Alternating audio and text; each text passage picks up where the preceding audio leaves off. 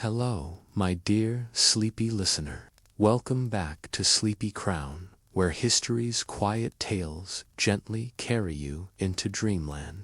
Tonight, in part 2 of our peaceful journey through England's worst kings, we'll explore the complete stories of two troubled monarchs who brought chaos and disappointment to medieval England from the 13th to 14th centuries. We begin by softly concluding the lengthy and turbulent reign of Henry III from his childhood ascension during civil war to his struggles with rebellious nobles and financial disasters. England faced invasion, uprising, and the gradual loss of its French territory. Then we'll drift into the troubled reign of Edward II, whose favoritism and weakness brought England to the brink of civil war, gently arriving at the tragic end of a king who chose personal desires over royal duty, ultimately leading to his deposition and mysterious death.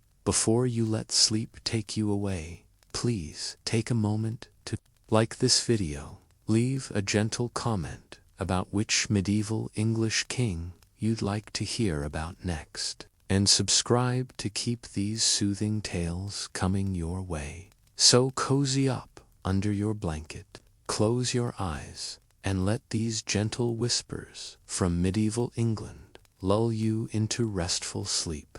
Allow the soft echo of castle bells to carry your thoughts slowly toward peaceful dreams.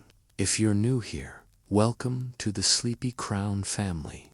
If you've been with us before, we're always happy to have you back in our cozy circle of history lovers. Henry, later known as King Henry III of England, entered this world on the first day of October in the year 1207, within the stone walls of Winchester Castle in the county of Hampshire, located in England's southeastern region.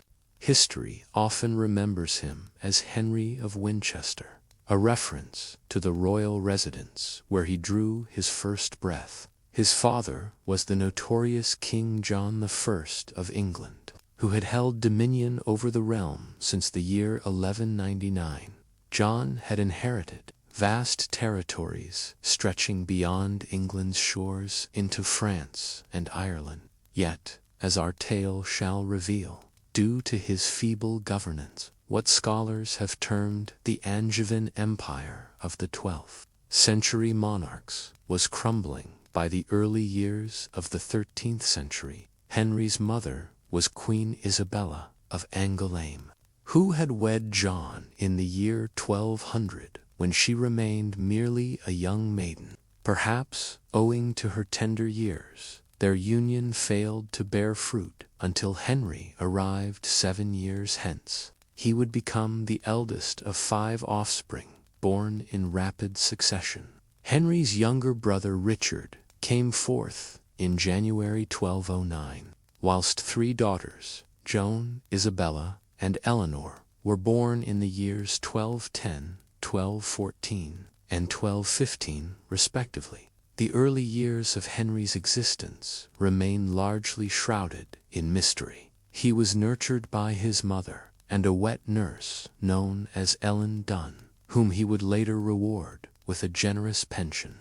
In the year 1212, when Henry had reached his 5th year, his education was entrusted to Peter de Roches, the Bishop of Winchester, an arrangement that would endure for the greater portion of the following decade. De Roches proved himself well chosen, and by the time Henry reached his 9th year, observers noted that he spoke with remarkable gravity for one so young and had developed a deep reverence for his Angevin ancestors, necessity for one destined to uphold the royal family's dignity. It was likely through de Roches' influence that Henry acquired the profound piety and religious devotion that would characterize his later years. Yet others participated in his upbringing as well. Ralph of St. Sampson, one of Henry's guardians, taught him the art of horsemanship, whilst Philip d'Aubigny a Breton servant of Desroches, attempted to instruct Henry in the martial arts from an early age. Scholars suggest that Henry's veneration for the cult of saints first emerged during his time under Desroches' guidance. This peaceful childhood would soon face disruption, however. Much of Henry's extensive reign was shaped by his father's actions. John had ascended to England's throne in 1199 after years of plotting against his own brother, King Richard I, when Richard perished in 1199 without leaving an heir. It enabled John's rise, though this proved catastrophic for the royal lineage. During the 12th century, England's monarchs controlled substantial portions of France, notably the Duchy of Normandy in the north, and other regions, including the county of Anjou and portions of Gascony and Aquitaine in the south and west of France. However, when John embarked upon war with France in 1202, he swiftly managed to alienate his French nobles, and then a series of disastrous military defeats against King Philip II of France resulted in the loss of much of the royal family's northern French lands, which had been united with England since the Norman conquest in the mid-11th century. The loss of these territories in 1204 was a humiliation for John, and his relationship with England's nobility was deteriorating as well in the subsequent years. Both these factors, the relationship with England's nobility and the loss of much of the Angevin territories in France, would cast long shadows over Henry's reign. These disturbances reached their peak shortly before Henry became king, and in 1214 John was once again at war with King Philip II of France. The cost of attempting to reclaim Normandy and other lost territory was effectively being borne by England's nobility through higher taxes. Their concerns about this were compounded when John's forces suffered a crushing defeat at the Battle of Bouvines in Flanders in July 1214, destroying England's chances of recovering its French territories. As a result, numerous English nobles, led by the first Earl of Winchester, Sire de Quincy, and Robert Fitzwalter, initiated a rebellion against John More, which became known as the First Barons' War. Initially, John was inclined toward reconciliation,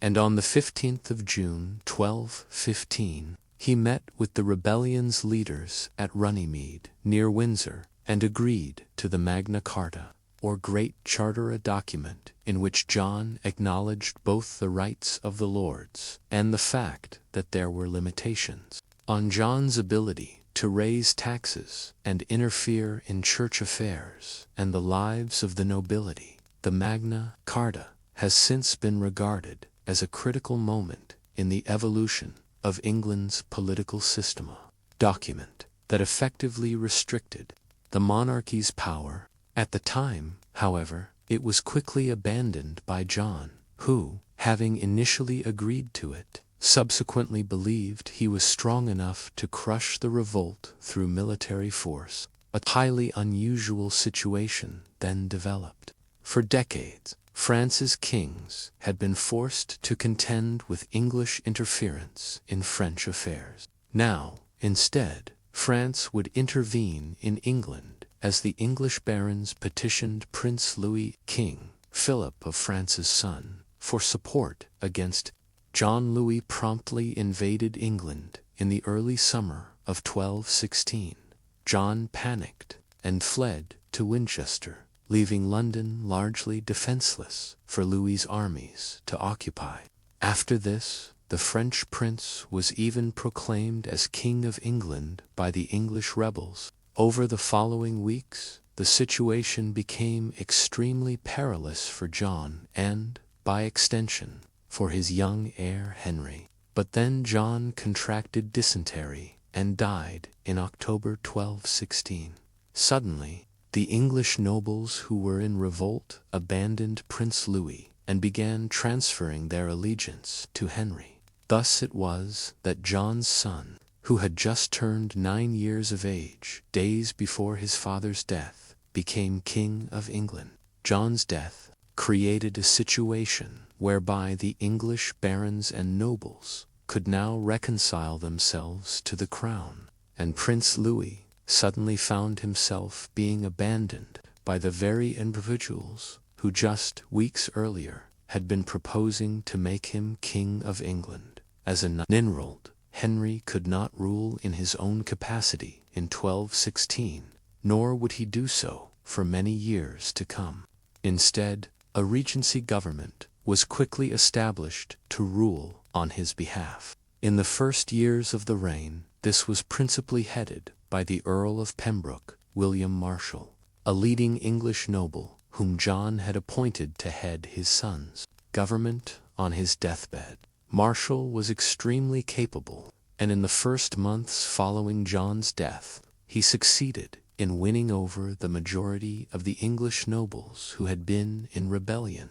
There then followed 2 notable military victories. In mid-May, Marshal won a major battle against the French forces at the Battle of Lincoln, whilst in late August an English fleet under Hubert de Burgh succeeded in defeating the French at Sedan. With further support from France largely cut off, Louis agreed to peace negotiations through the Treaty of Lambeth, which was concluded in September 1217. Louis agreed to renounce his claims to the English throne in return for a substantial payment, whilst Henry's government largely agreed to implement and honor the terms of the Magna Carta.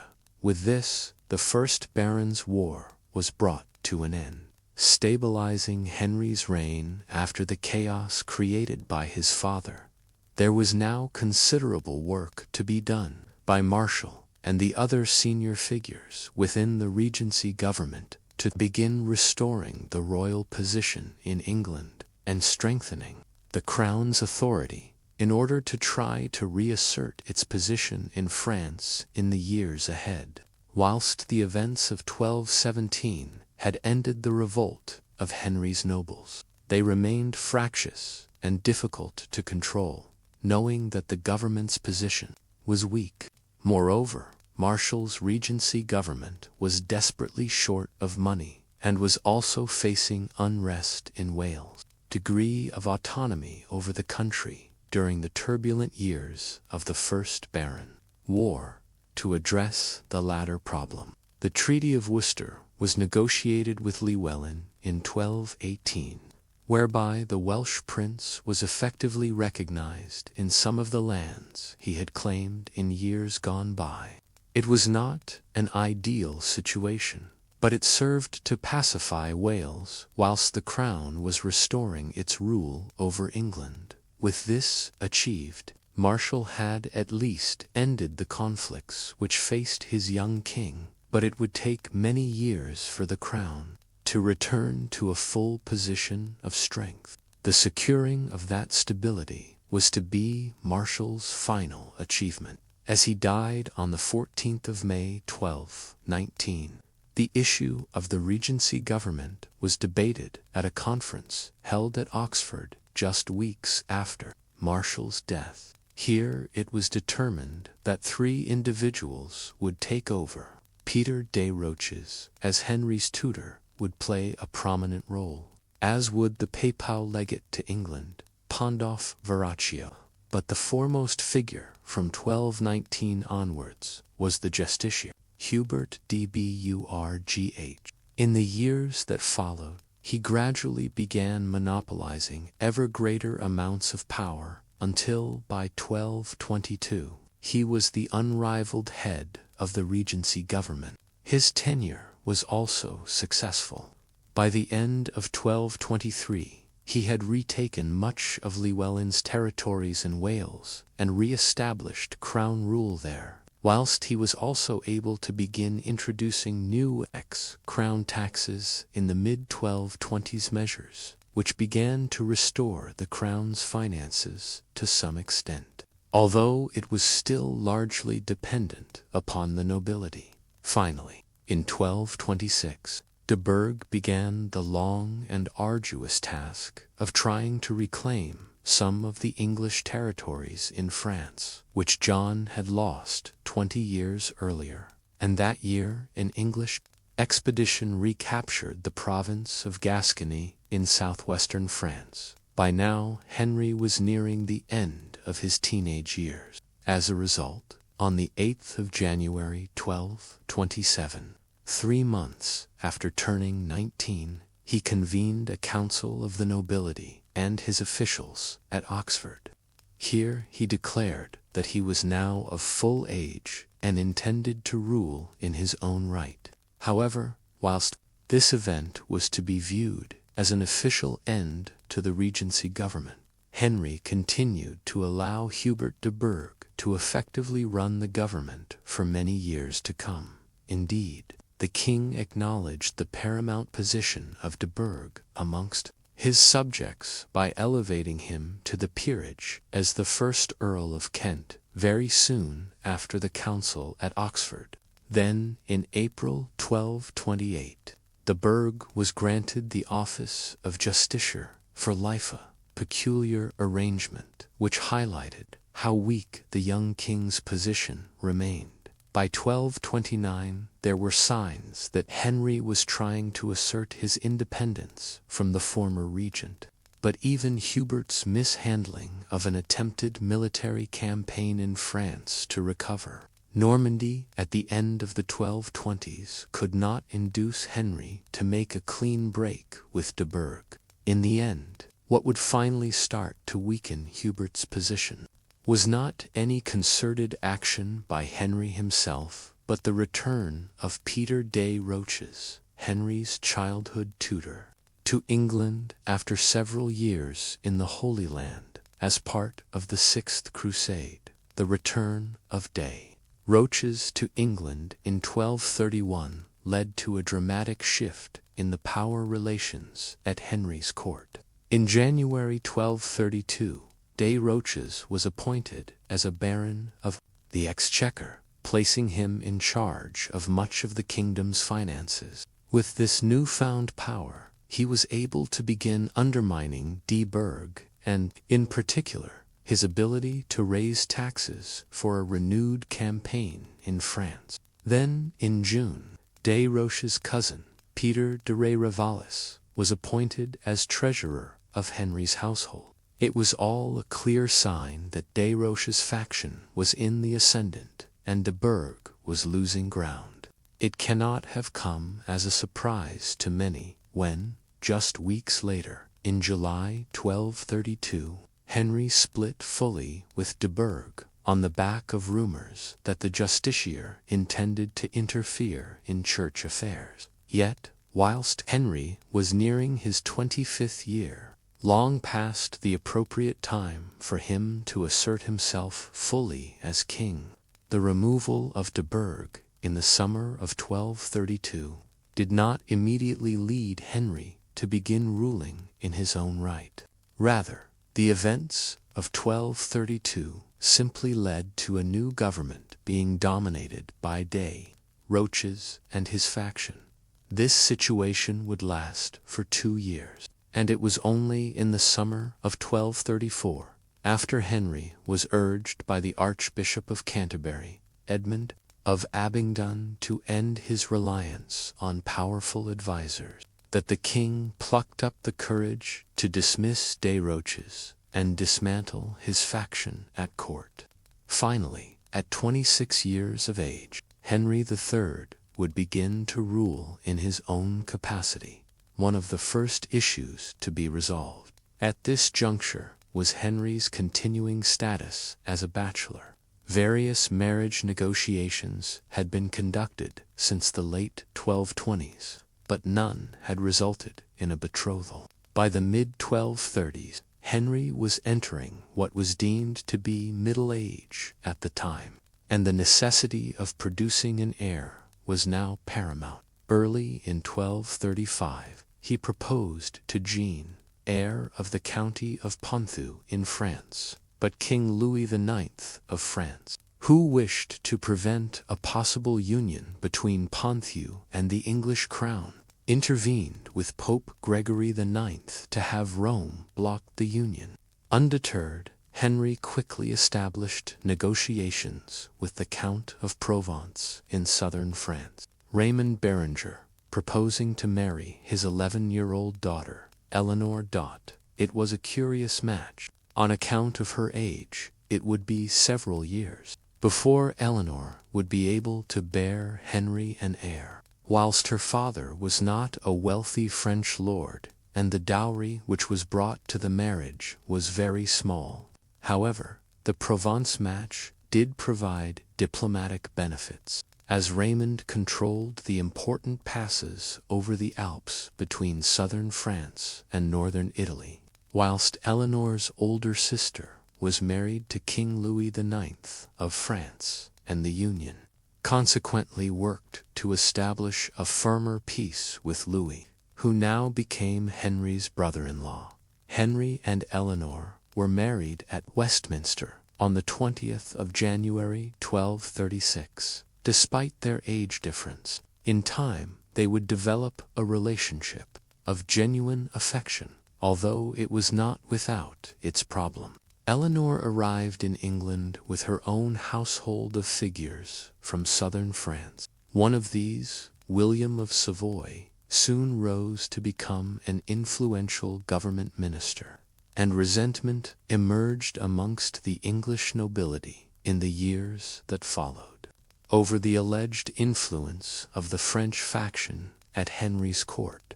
Although there certainly was no repetition of the factional dominance which des Roches had exercised in the early 1230s, what was perhaps more important was that the marriage soon produced children and an heir. In the summer of 1239, Henry and Eleanor's first child, the future King Edward I, was born. 2 girls, Margaret and Beatrice, followed in quick succession in 1240 and 1242, before a second son, Edmund, arrived in 1245, a fifth and final child.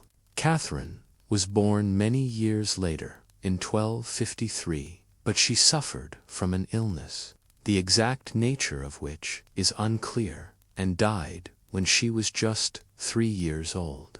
The surviving children, as will be seen, would go on to play significant roles in English political affairs throughout Henry's later reign. The changed circumstances of the mid to late 1230s also witnessed the emergence of a much altered royal court. In addition to the arrival of several French officials as part of Eleanor's household, Henry began promoting a generation of courtiers who did not have previous links to the old factions of de Burgh and des Roches, and with whom he could make a clean break. These included individuals such as William de Cantilupe, 2nd Baron of Eaton Bray, whom Henry appointed as Sheriff of Nottinghamshire and Derbyshire; Sir Bertram de Crile, who served as Warden of the Cinque Ports and Keeper of Dover Castle from the mid-1230s onward; and Sir John Monsell, who eventually became the Lord Chancellor. There was also a place of prominence afforded to Edmund, Archbishop of Canterbury, who had implored the king to make a break from des Roches a few years earlier. Nevertheless, mindful of ending any residual elements of faction at court, Henry eventually offered pardons to both des Roches and de Burgh in 1238 and 1243, before their deaths, and rehabilitated some of their associates in the years that followed. In this way, Henry neutralized several possible opponents and created a more stable court system in the 1230s and early 1240s, in which no individual was more powerful than himself. The first years of Henry's direct rule also saw a highly important arrangement reached between England and Scotland. Most kings of England, all the way back to William the Conqueror and indeed subsequent to Henry's reign all the way down to the mid-16th century. Engaged in conflict with England's northern neighbour, Henry took a different approach. The King of Scotland, Alexander II, had married Henry's sister Joan in 1221, anxious to expand the opportunities made available by this arrangement. Early in 1237, Henry instructed his officials to organize a meeting with Alexander at York in northern England. There, on the 25th of September 1237, an agreement known as the Treaty of York was arrived at. This fixed the border between England and Scotland, as Alexander relinquished any claims which the Scottish throne had previously had to the counties of Northumberland, Cumberland, and Westmoreland. Thereafter, Henry's relationship with Alexander and his successor Alexander III, who ascended in 1249, remained very amicable. He even married his daughter, Margaret, to Alexander III in 1251. Perhaps more consequentially, the Treaty of York established, with only some minor revisions in the interim, the border between England and Scotland down to the present day, whilst Henry was scoring this diplomatic success on the Scottish border. Trouble was brewing in England itself, and it came in the shape of Henry's younger brother. Richard of Cornwall was resentful of his reduced role in political affairs following the arrival of the French coterie around Eleanor in the mid-1230s. He had tried to provoke unrest amongst the English nobility at this time, but this challenge was seen off when Henry's advisers, led by William of Savoy, called a council at Westminster in 1237, where, amongst other initiatives, the Magna Carta was reaffirmed. Nevertheless, within a year, Richard was once again making clear his unhappiness at the course of events. The issue which provoked his anger now was revelations that Simon de Montfort, a French-born courtier, had begun a clandestine relationship with Henry and Richard's widowed sister, Eleanor. Henry's response, when he discovered this, was to try to reduce the scandal by organizing a secret marriage between Simon and Eleanor in January 1238. However, Richard was unwilling to accept this, and saw in de Montfort's marriage to Eleanor the emergence of a new faction headed by French figures such as Simon and William of Savoy. Whilst he was wrong in his assessment of the influence of the French faction, the result was the same. In the spring of 1238, Henry was faced with a new rebellion, one led by his own brother.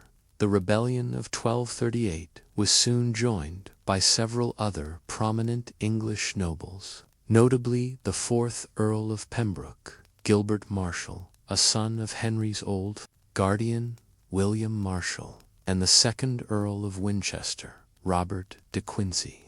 They managed to drum up considerable support by arguing to the political community that the marriage of the king's sister to a French newcomer should not have been undertaken in secret, without prior consultation with the leading magnates of England. It must be remembered that this was at a time when Henry did not, as yet, have an heir, so any marriage of a royal family member was a matter of some political significance. Henry met Richard and his followers in arms at Stratford-le-Bow, outside London, in late February, but determined not to engage in battle, and retreated back to the Tower of London. Political guile, instead, worked to calm the situation. Richard had been keen to lead a crusade to the Holy Land for some time, emulating his and Henry's uncle, Richard the Lionheart, and Henry now provided him with 16,000 marks to pay for this. Thus, in 1240, Richard left for the Holy Land, where his only major success was in refortifying Ashkelon for the Christian cause. Meanwhile, William of Savoy left for the continent in the early summer of 1238 and never returned to England. pacifying.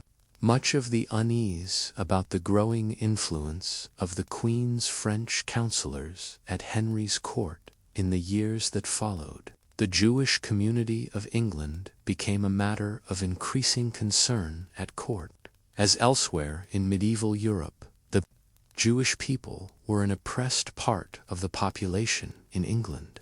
For Christians of the time, this was deemed acceptable because they believed that the Jews had committed deicide. The act of killing God in calling for Jesus to be crucified by the Romans in the days before his death and resurrection. Thus, in contrast to modern antisemitism, which has typically focused more on conspiracy theories about the Jewish people trying to control society, medieval antisemitism was based on the interpretation of the New Testament. Communities of Jewish settlers first arrived in England in the 11th century and experienced persecution in the 12th century. However, as the crown's financial position was so weak in the early 13th century, it introduced several policies to benefit the Jewish population, which had an outsized role in money lending, as Judaism did not prohibit usury. In contrast to Christianity,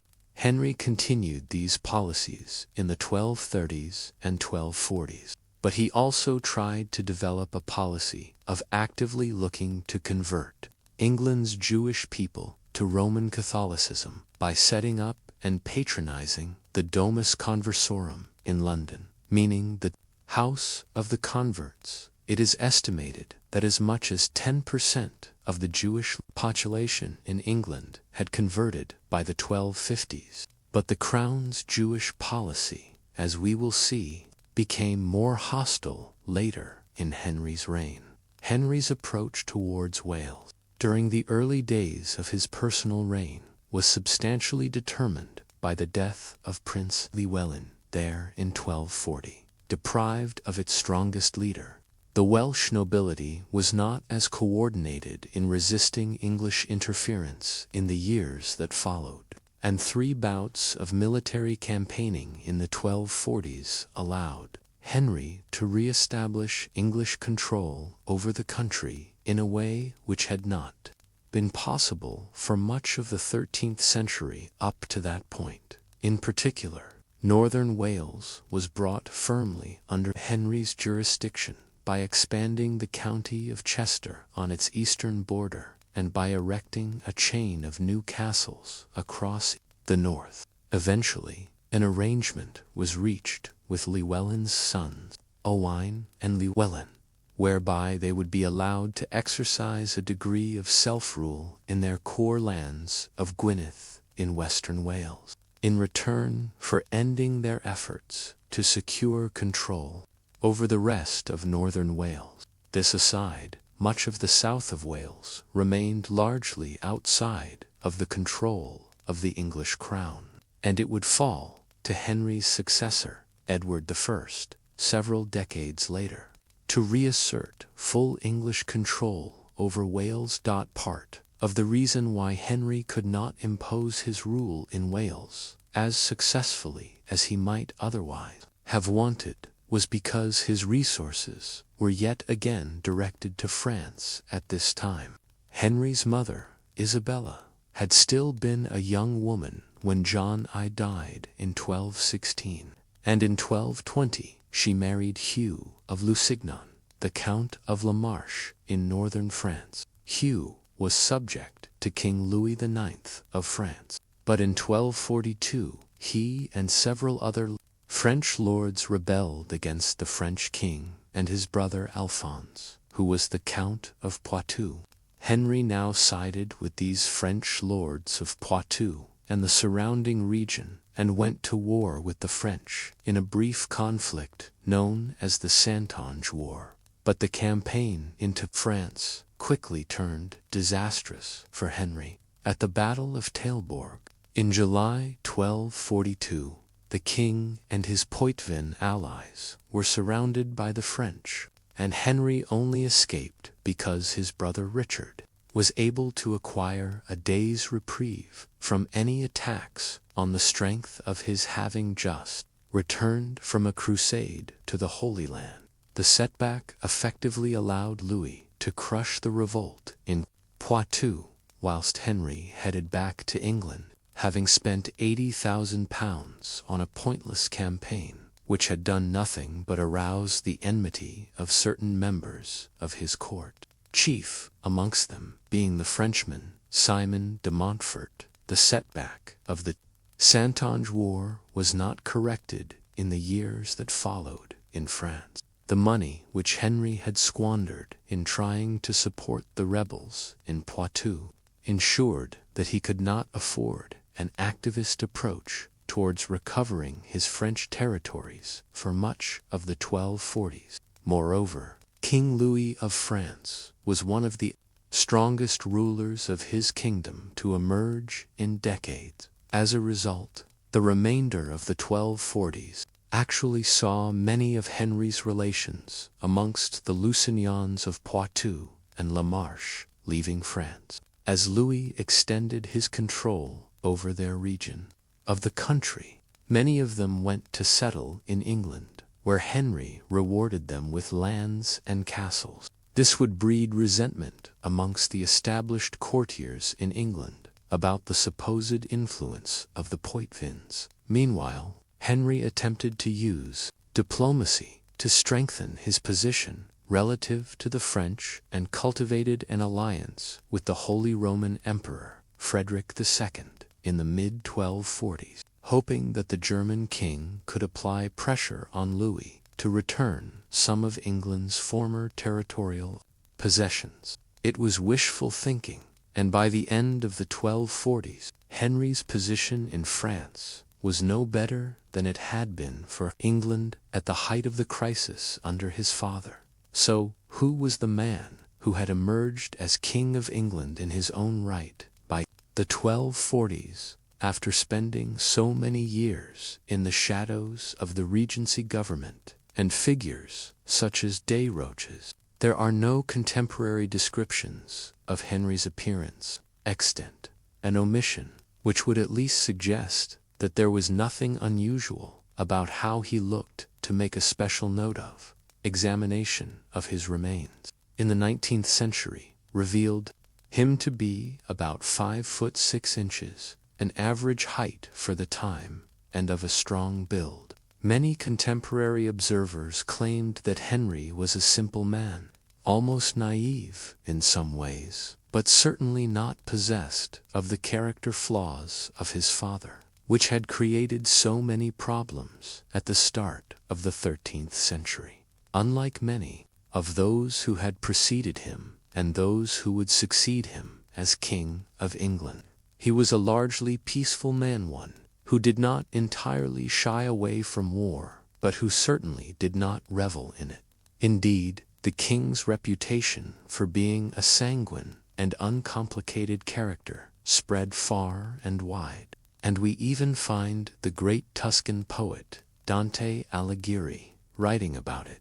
Yet, Henry's sanguinity could have its pitfalls, and there is no doubt that the reason it took him so long to begin to rule himself personally was due to his overly modest character and desire to please others. Henry was a highly religious man and patronized the church accordingly. His contemporary, the Benedictine chronicler Matthew Paris, related that the king honored many religious festivals by fasting on bread and water and dressing in plain woolen garments. Moreover, he was especially fond of going on pilgrimage to some of England's foremost religious sites, such as Walsingham and St. Albans, in the 1240s. He is said to have provided charity to upwards of 500 poor people every day, whilst he often provided for orphans and made considerable donations to England's religious houses for them too.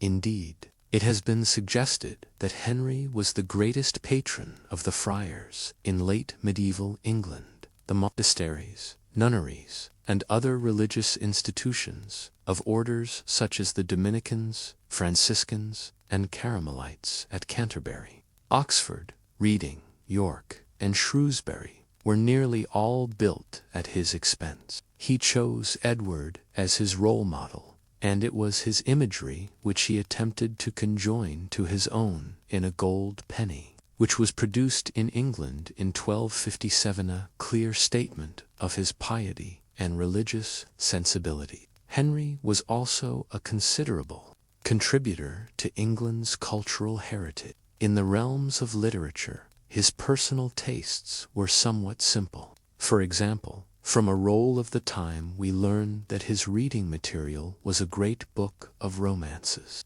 Moreover, although his reign witnessed the emergence of many notable medieval English thinkers, Roger Bacon is especially notable. Henry was not a major patron of such individuals. However, his influence on art and architecture was considerable. Leopard and camel. He completed the most significant development of Windsor Castle prior to the massive building work undertaken by Edward III there a century later. But his most notable accomplishment in this sphere was at Westminster. By that time the traditional inauguration site of the Kings of England. Here Henry spent tens of thousands of pounds on expanding Westminster Palace and Westminster Abbey. In particular, the Lady Chapel which he built at Westminster was a grand undertaking which began during his regency and which appears to have only been finished 30 years later in the 1250s. The 1250s also saw a shift in Henry's approach towards England's Jewish population. As we saw earlier, Henry's government had attempted to introduce a policy of conversion in the 1230s, but this was largely based on persuasion, and for Henry this was done on the basis of his personal piety. He seems to have genuinely believed that he needed to save the Jewish people of England from damnation if they adhered to the wrong religion. By way of contrast, in the 1250s, a more coercive approach to conversion was adopted. In 1253, the Statute of Jewry was implemented. This introduced various measures designed to make it difficult to practice Judaism in England. For instance, henceforth it was declared that no new synagogues could be constructed. Jews were also to be confined to living in their own designated communities or ghettos, and they had to wear badges of identification to indicate they were Jewish. Other elements aimed to make Jews conform to Christian social practices, for instance, by banning Jews from eating meat during Lent. Thus, the 1250s saw a growing persecution of England's Jewish population, one which would culminate in their expulsion from the country in the subsequent reign. Just months after the passage of the Statute of Jewry, a new course was decided upon for Ireland as well. The English presence in Ireland was nearly a century old by that time. The conquest of the island from its dozens of independent Irish lords having been first commenced by Henry's grandfather, Henry II, in the 1170s.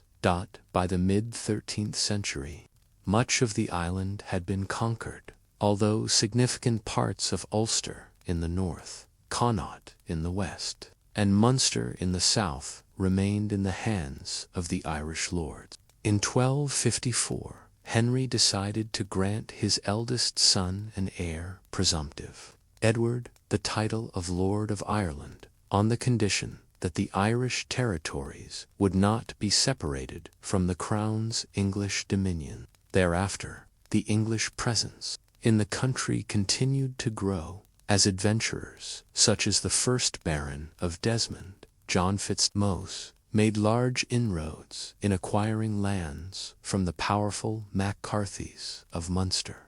As a result, by the end of Henry's reign, the English lordship was nearing its peak in Ireland, and the period of Henry's reign and those of his immediate successors constitute one of the few times in England's tortuous entanglement with Ireland that the English exchequer actually benefited from Ireland, rather than having to send subsidies to Dublin. Ireland was not the only thing impacting the inflow of monies into the English exchequer in the 1250s. Several major reforms of the English coinage were also undertaken around mid-century. The first of these, in 1247, was a recoinage, which was introduced across England. Such recoinages, whether in medieval or early modern times, could produce a significant financial windfall for the government, and this was no exception. Following on from this, Henry, a move to introduce further fiscal reform in 1257 by introducing gold pennies, which were becoming popular in the Mediterranean trading ports of Venice, Pisa, and Genoa in Italy at the time, proved less successful than the earlier reform of the silver coinage, and was ultimately abandoned when the merchant community of the City of London complained that the new coins were overvalued. Early in the 1250s, Henry became embroiled in the politics of the Kingdom of Sicily in southern Italy. This part of Italy had been conquered by the Normans during the course of the 11th and early 12th centuries, but it had passed into the possession of the Hohenstaufen royal line in Germany in the late 12th century. As a consequence, the long-serving Holy Roman Emperor Frederick II had ruled Sicily since 1197, albeit in an unstable way, and both the Norman lords and the papacy to the north in Rome had perennially interfered in Sicilian affairs. Rome was particularly anxious to increase its influence over southern Italy at a time when it was in regular conflict with the Hohenstaufens, with their enormous influence over Germany. As a result, when Frederick died in 1250, the Pope in Rome, Innocent IV, moved to block the accession of a new Hohenstaufen candidate to the throne of Sicily, and began looking for a more biddable ruler who would defer to the papacy in matters there. He soon concluded that Henry's younger son, Edmund, would make a good candidate, and Henry was inclined to proceed with this plan, viewing Sicily as a good base from which he could develop his long-held plan to lead a crusade to the Holy Land. Like his uncle Richard the Lionheart had done so memorably in the late 12th century, after years of negotiations, Edmund was at last dispatched to Italy in 1254, and was soon invested as King of Sicily by Pope Alexander IV, who had succeeded to the papal tiara in December 1254. Thereafter, Edmund began his efforts to dislodge the Hohenstaufen candidate Manfred from the Kingdom of Sicily and impose his own claim. Yet this soon ran into trouble, where Innocent IV had granted Henry large loans to aid him in building an army that could support Edmund's claim. Alexander IV was much more financially cautious, and within months of his accession was actually demanding that Henry begin repaying the money Innocent had loaned to him. But Henry, whose reign was still dogged by financial difficulty, was unable to pay back anything near the £90,000 which Alexander was demanding. The king turned to Parliament for financial assistance, but was rebuffed, and eventually could only gather about £40,000 by reappropriating large amounts of the English Church's revenues in the mid-1250s, with Alexander threatening excommunication if Henry did not repay him fully. The effort to militarily support Edmund's claim to Sicily was abandoned in 1258, following which Alexander revoked the grant of the kingship to Edmund. Thereafter, business was just the latest in a series of events stretching all the way back to the Saintonge War in the early 1240s. There was an increasing belief that Henry was reckless in his spending habits, and that this was weakening the kingdom. Additionally, His supposed favoritism towards his Lusignan relatives from Poitou stirred up resentment amongst his English subjects. Now this disillusion boiled over in 1258 into outright opposition by the English barons and some of the French lords, like Simon de Montfort, who had long called England their home. These were led by de Montfort and the Earl of Gloucester, Richard de Clare, at a parliament in the summer of 1258.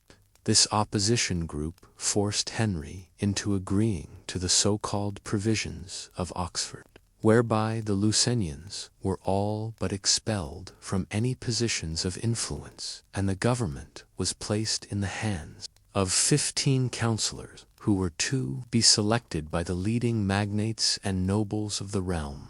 These were supplemented by the more radical provisions of Westminster in 1259, which now had the support of Henry's own son and heir, the Lord Edward. The net result of all of this was that in the late 1250s, Henry lost much of the autonomy that he had governed with since the mid-1230s. There now followed a period of magnate rule during which the English aristocracy formulated policy for England. Henry did not acquiesce entirely with this new dispensation. Rather, he tried to maneuver himself back into a position where he could confront his nobles. To that end, he decided on a revolutionary move in relation to France. At the end of 1259, he and the Queen left England and headed to Paris. Henry's goal was to negotiate a peace treaty with King Louis, whereby the long-running disputes over respective jurisdictions could finally be resolved. Although it was anathema to much of the English political community, Henry agreed with Louis that he would relinquish his claims to the former English territories in the north of France, which his father had lost half a century earlier, most notably the Duchy of Normandy. In return, Louis agreed to acknowledge Henry as the rightful lord of Gascony and the surrounding territory in southwestern France, which territory the English still held. Louis would also provide diplomatic and financial assistance to Henry in his dispute with his nobles back in England. With this newfound support from Paris, Henry was able to return to England in 1260, and by late 1261 he had taken control once again by exploiting divisions which had emerged between de Montfort, de Clare, and Edward. This done, de Montfort was exiled to France, and the king reconciled with Edward, but the situation remained precarious, and a further outbreak of unrest never seemed far away. While Henry had reasserted himself during the course of 1261, the tensions which had brought about the emergence of opposition in 1258 remained largely unresolved. The Poitvins continued to hold some influence over the king, and Henry's effective surrender of his claims to England's former possessions in northern England had not been welcomed by some of the English barons. Moreover, whilst Edward had been reconciled with his father, Simon de Montfort remained a problem for Henry, even from his exile in France. Thus, when in April 1263 it was learned that de Montfort had crossed over the Channel and was back in England, it was a cause for great concern. Doubly so because de Montfort had returned at the urging of large numbers of the English nobility, who were convinced that Henry would not alter his style of governance unless he was directly challenged in the weeks that followed. De Montfort began gathering a new opposition movement around him at Oxford. By the autumn of that year, there were armed clashes occurring in western England between Henry's supporters and those who sympathized with de Montfort and the other barons. When de Montfort then marched on London, civil war seemed imminent yet again. The conflict which has become known as the Second Barons War broke out as a result of the events which transpired in London in the autumn and winter of 1263. When de Montfort arrived there, Henry could do little to prevent him taking control of the government, but he did use his son Edward to build up a faction of support amongst the lords to counter de Montfort. It was determined that King Louis IX of France would be asked to act as an arbitrator in the dispute between Henry de Montfort and the English nobles. Yet de Montfort cannot have predicted what would occur.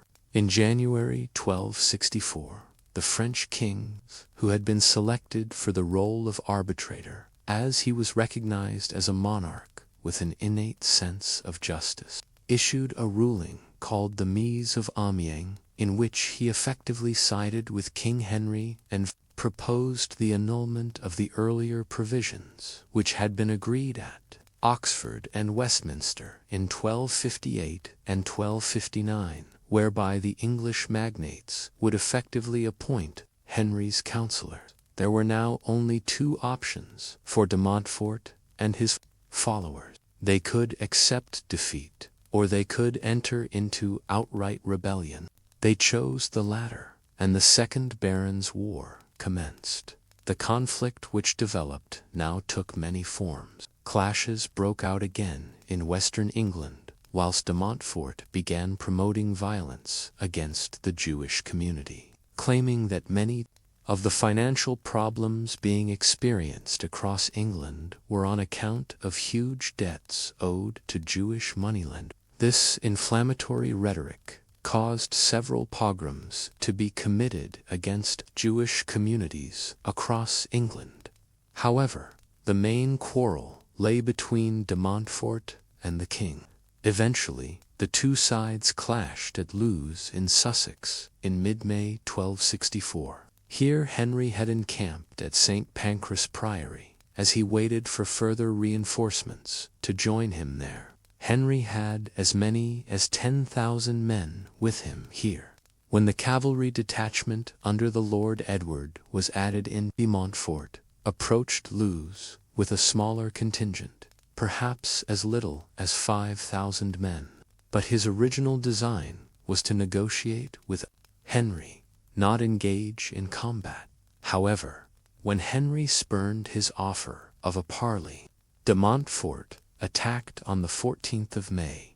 The Royalists initially appeared to win the battle that ensued, but an over-enthusiastic pursuit of the baronial army by Edward and his cavalry left Henry and his troops badly exposed. As a result, de Montfort's men succeeded in capturing Henry's brother, Richard. Daunted by this success, Henry effectively surrendered to de Montfort in the aftermath of Lewes. Henry was forced to conform to the earlier provisions of Oxford of 1258, whereby baronial rule was imposed. Thus, after this first stage in the Second Barons' War, Henry was left as little more than a figurehead with de Montfort triumphant. This situation lasted for the majority of the next year. However, in May 1265, almost exactly a year after the defeat at Lewes, Edward, who was in de Montfort's custody, escaped and quickly began assembling his own army. A major victory was scored early on when he won over Gilbert de Clare, a leading member of the baronial opposition to the king's cause. On the 1st of August, they attacked de Montfort's troops near Kenilworth Castle. This was enough to force de Montfort to move to engage Edward. The head of the baronial movement humiliated the aging king by bringing him along to witness the battle in a suit of borrowed armor. But what Henry actually ended up witnessing was the end of de Montfort's cause at the Battle of Evesham on the 4th of August, 1265. Edward's superior forces defeated de Montfort's in Worcestershire.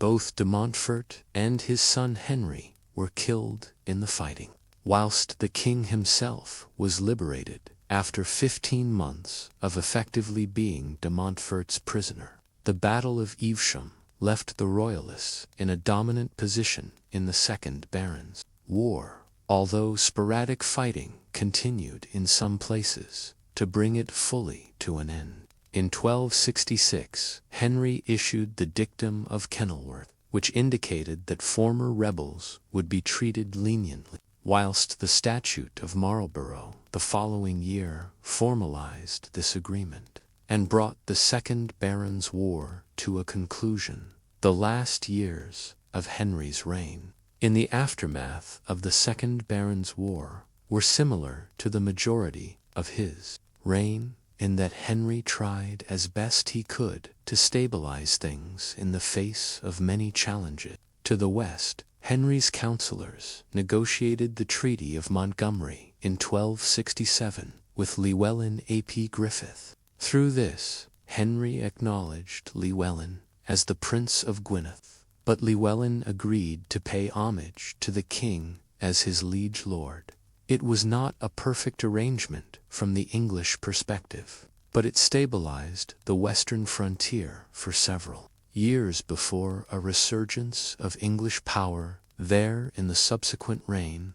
Within England itself, there was a prevalence of brigandage and lawlessness in many parts of the country in the late 1260s, which Henry's officials tried their best to quell, though they were limited in the resources afforded to them, as Henry was still working to pay back the debts he had accrued in fighting the war with de Montfort. The king's situation was made difficult by the decision of Edward in 1268 to lead the Ninth Crusade to the Holy Land, an endeavor which required further taxes to be raised from a nation which had been unwilling to provide the same for decades. Similarly, Henry tried to temper the anti-Jewish sentiments which de Montfort had done much to stoke, but his efforts in this respect were not very successful.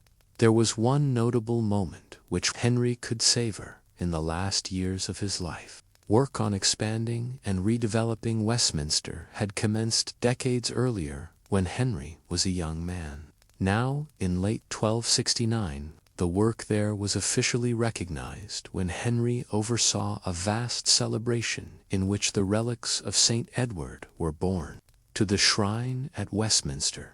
For Henry, whose piety and religious devotion was clearly very genuine, it was surely a high point on a personal level. Shortly afterwards, he saw his son Edward off, as he left to undertake the crusade that Henry had intended to embark on many times himself, but had never been able to. It was the last time he would see his son. In March 1271, Henry Toe was 63 years old, and entering old age by the standards of the time, fell seriously ill. He recovered sufficiently to be able to rule in some fashion for the next year and a half, but he was quite debilitated and could not attend several funerals, notably that of his 5-year-old grandson John. Henry died at Westminster on the 16th of November 1272. Shortly after his 65th birthday, he was buried at Westminster, although he was re-entombed in 1290 by Edward in a grander tomb at the Abbey. Though Eleanor wished for him to be canonized, he never was, but the grand edifice of Westminster Abbey today stands as a testament to him.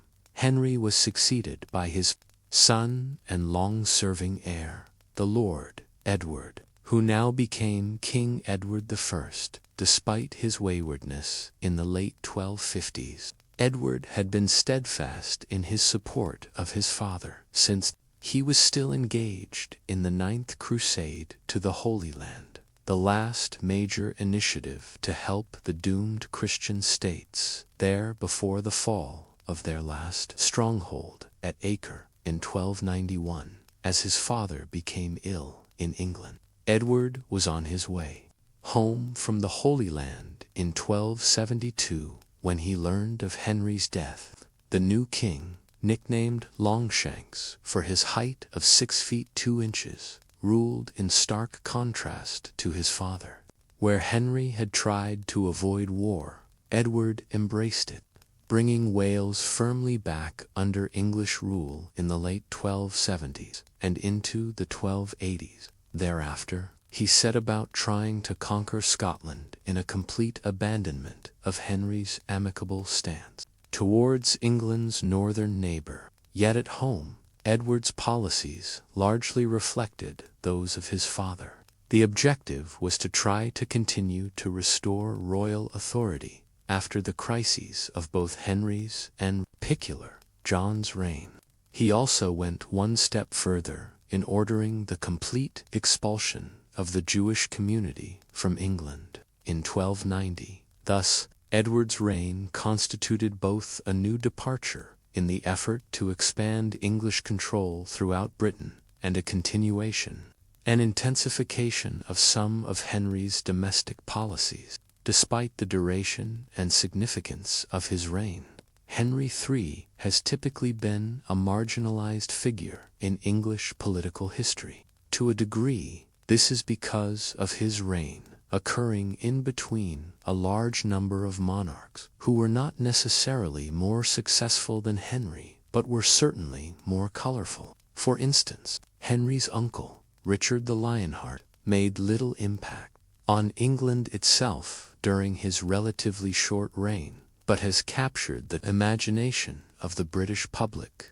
owing to his role in the Crusades to the Holy Land. Additionally, Henry's own father, John I, is a very prominent English monarch of the late Middle Ages, but this is largely because of how poor his rule was, and the fact that his heavy-handedness inspired his nobility to press for the signing of the Magna Carta, a seminal episode in English constitutional and political history. Then Henry was overshadowed, following his reign, by that of his son, Edward I, who largely completed the conquest of Wales and temporarily brought Scotland under English rule. Finally, Henry's great-grandson, Edward III, initiated the 100 Years' War with France, and is often perceived as one of England's greatest monarchs. Sandwiched between these rulers, some of them very good,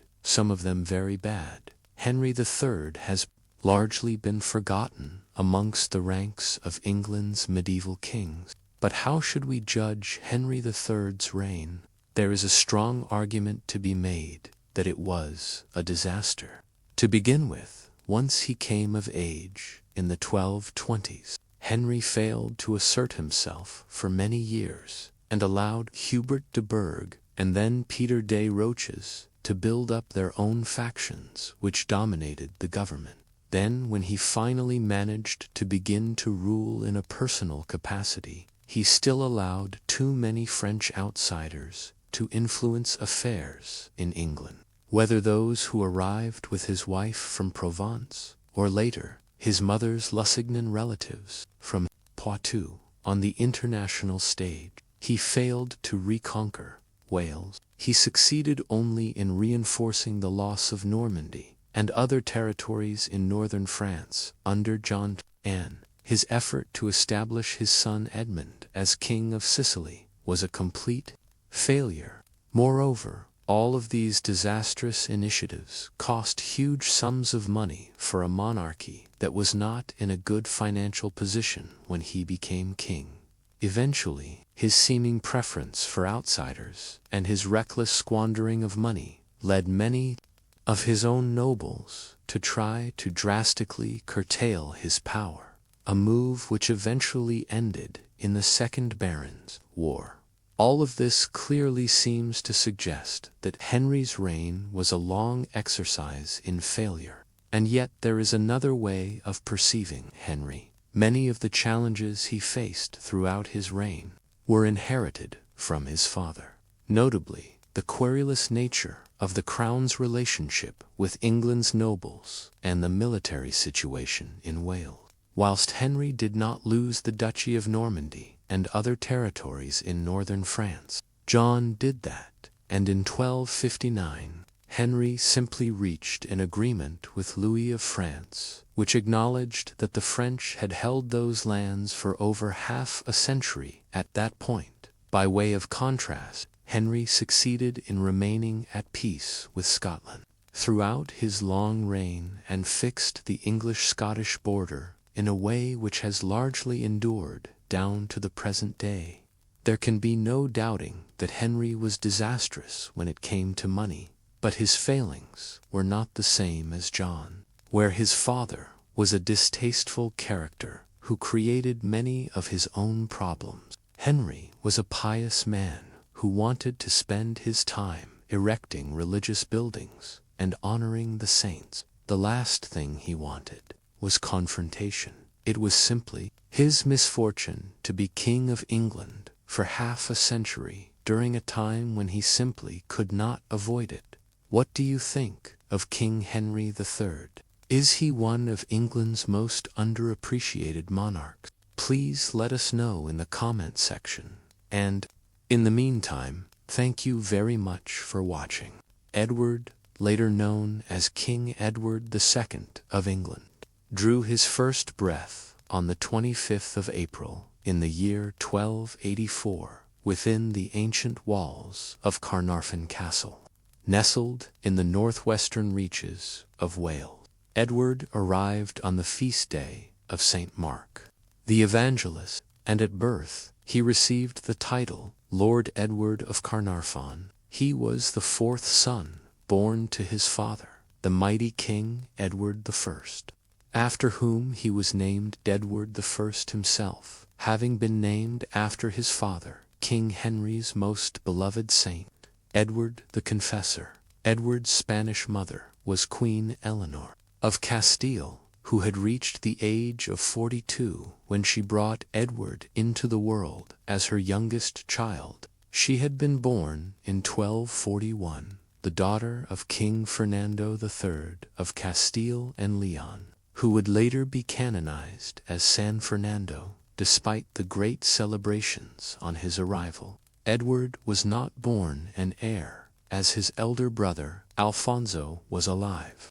When Edward was born, however, Alfonso unfortunately came to an untimely end on 19th August 1284 at the age of 10, when Edward was only 4 months old, making Edward heir to the throne of England, although he would not be made Prince of Wales and Earl of Chester until the 7th of February 1301. He received the Duchy of Aquitaine from his father on the 7th of April 1306, just 6 weeks before he was knighted at Westminster Abbey.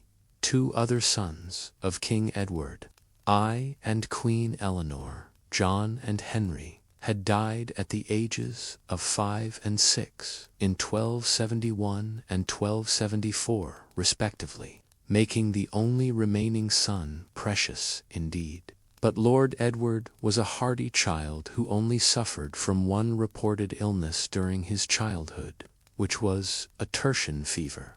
King Edward I and Queen Eleanor also had 10 daughters, only 5 of whom survived to adulthood. Lord Edward was born in Wales, a year after his father had conquered the region.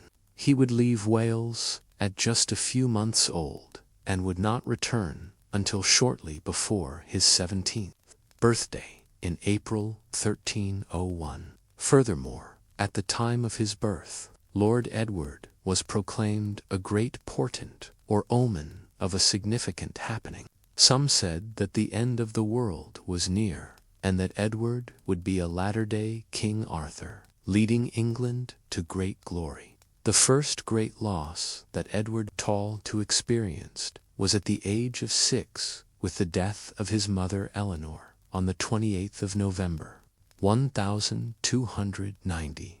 It was said that King Edward I grieved greatly for his queen, building the Eleanor crosses in her memory, which were crosses built at the 12 places that the Queen's funeral procession had stopped on the way to Westminster.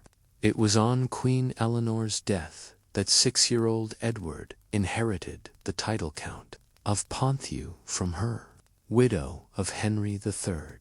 It could be said that the lack of a guiding maternal figure in Edward's young life may have affected him emotionally. In later life, however, Edward was not completely without female care, as he was looked after by a wet nurse as a baby, called Mary or Mariota Mounsell, who would later be replaced by Alice de Ligrave when Mary became ill. Young Edward would not have had much contact in his early years with his natural mother Eleanor, as she would be away in the Duchy of Aquitaine with Edward's father for much of his infancy.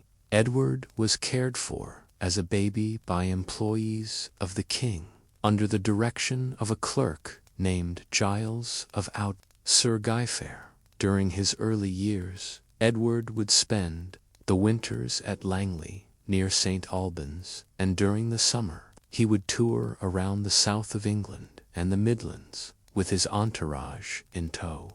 The meals and horse care his party needed would often put a burden on the local townsfolk, due to the party's numbers, as well as a large staff. His household during the 1290s, such as Maud Chaworth, granddaughter of the Earl of Warwick, Eleanor de Burgh, eldest daughter of the Earl of Ulster, and Humphrey de Bohun, heir to the earldom of Hereford in the early 1300s, the nephew of the Earl of Gloucester, Gilbert de Clare, who was Lord of Thomond in Ireland, Hugh Despenser when he was a boy, and Piers Gaveston, a noble from France, were also part of his household. Indeed, Piers Gaveston was originally a squire in Edward I's household, and was recorded in the records by the nickname Perrot. Physically, Edward II was a striking figure. He was kingly, tall, and handsome,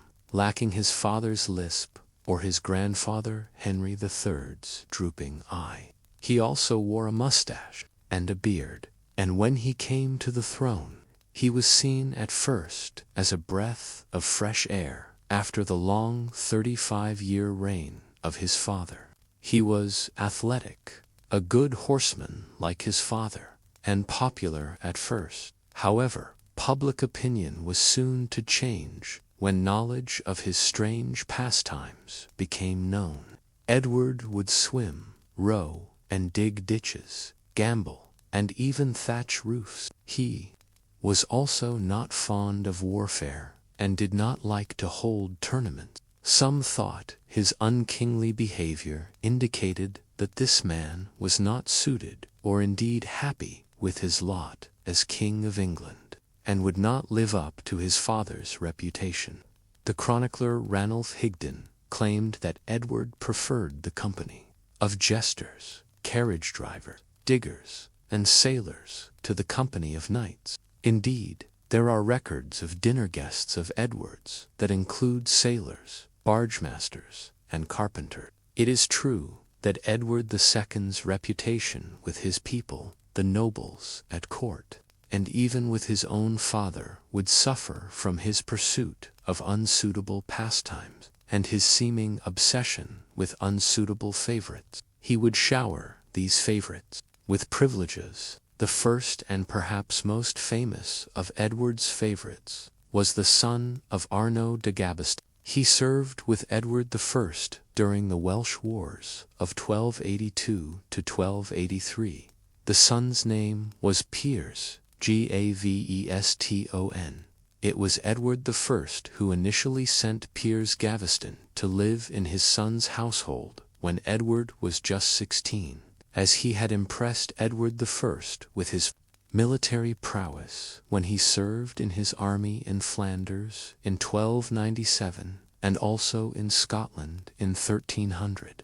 It is thought that Edward I placed Gaveston in his son's household to act as a role model, as he was an excellent jouster, a brilliant soldier, and very courageous. According to the chronicler Geoffrey Baker, he was agile in body, graceful, refined, and well-versed in military matters. In 1304, of his father. This act showed that the king had confidence in his son's companion at that time. Piers Gaveston was of noble birth, his family being from the village of Gaveston, close to the Pyrenees, from which the family took their name. He is thought to have been older than Edward, a flamboyant character who was a member of Edward I's household from November 1297. However, by 1303, Gaveston was described as Edward II's companion, and Edward was known to show him great affection. In public, indeed, it was blatant that Edward loved the man, but whether it was brotherly love or some deeper sexual attraction is a subject of debate among scholars. One school of thought suggests that despite the great love Edward II had for Piers Gaveston, it was not necessarily a romantic love as we know it today.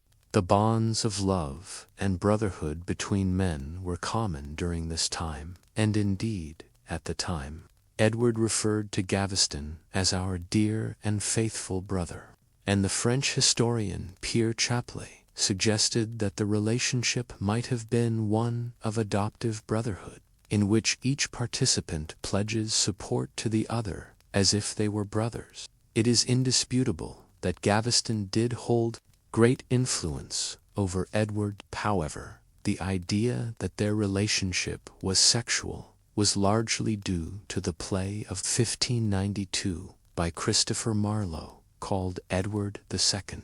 The words of an anonymous chronicler from the 1320s have also been interpreted as suggestive of a sexual element to their relationship, although the words used, such as indissoluble love, covenant of constancy, and fastened with a knot, do not suggest sexual overtones at all, but are quite vague. Indeed, it was the case at the time that sodomy was a heresy and was condemned by the Church in 14th century England. So it was not something that Edward, either as heir to the crown or indeed as king, would have undertaken lightly. The first blatant reference to homosexuality came in 1334, when the Bishop of Winchester, Adam Orleton, was accused of saying that Edward was a sodomite. He later defended himself by saying that he had in fact been referring to Hugh Despenser, the younger, and not the late king himself. It has also been suggested that the comments were in large part politically motivated. After this, in the 1390s, the Meaux Chronicle noted that Edward gave himself, quote, too much to the vice of sodomy. However, it has been suggested that such allegations may have been influenced by Orleton's original comment, which was later retracted. In fact, both Gaveston and Edward II had romantic relationships with their wives and fathered children with them. Edward also fathered an illegitimate son, Adam, at some time between 1305 and 1310, when he was in his 20s, and was also said to have had an affair with his niece, Eleanor de Clare. Furthermore, historians such as Seymour Phillips and Michael Prestwich make the point that the public nature of the English royal court would have made keeping a homosexual affair secret almost impossible. It is also the case that the Church at the time, as well as Edward's father and father-in-law, made no known critical comments about Edward's personal life, although the exact nature of the relationship between Edward and Piers Gaveston is uncertain. It is known that the favoritism shown to Gaveston caused widespread resentment and jealousy throughout the kingdom, not least because of the arrogance that Gaveston was said to have shown. This fact was not lost on the king, who perhaps felt that the actions of his young heir would only serve to anger his nobles. In 1259, King Henry III and Louis IX had signed the Treaty of Paris, which stated that lands in France owned by the English, such as Gascony, were held by the English kings as vassals to France, and that the English kings had to pay homage to each new French king as their feudal overlord for holding these lands whenever a new king of either country was crowned. The English kings found this practice demeaning, and the French kings resented the English kings holding so much land in France. As part of the Treaty of Paris, failure to pay homage to the King of France in a timely manner would lead to the confiscation of the held land. Indeed, Philip IV did seize Gascony from Edward I in 1294, when Edward refused to travel to Paris to discuss an incident at the port of La Rochelle.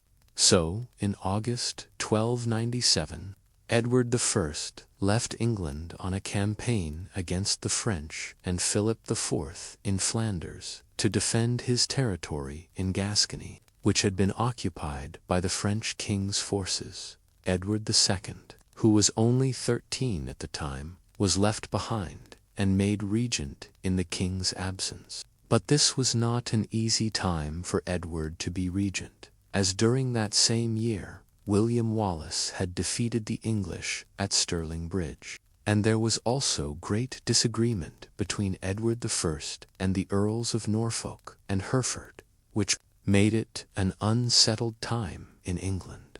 The outcome of the French campaign for Edward I was the peace treaty he signed with King Philip IV, which outlined an agreement whereby King Edward I, whose first wife Eleanor had died in 1290, would marry Philip's half-sister Margaret, whilst his son would marry Philip's daughter, Isabella, at some point in the future, as at the time she was just an infant.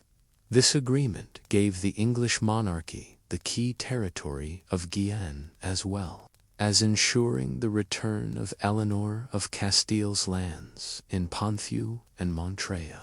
But more importantly, it would ensure that a descendant of both kings would rule the Duchy of Gascony in the future, and so prevent further conflict. Edward II's marriage to Margaret produced two stepbrothers for young Edward Thomas of Brotherton and Edmund of Woodstock in 1300 and 1301. The relationship between the Pastons' extended stepfamily and Edward was seemingly cordial, as when he was later crowned king, Edward would provide his two stepbrothers with both income and titles. In 1300, when Edward I returned to Scotland as part of his ongoing campaign, he took young Edward along, making him commander of the rearguard at the siege of Carlisle.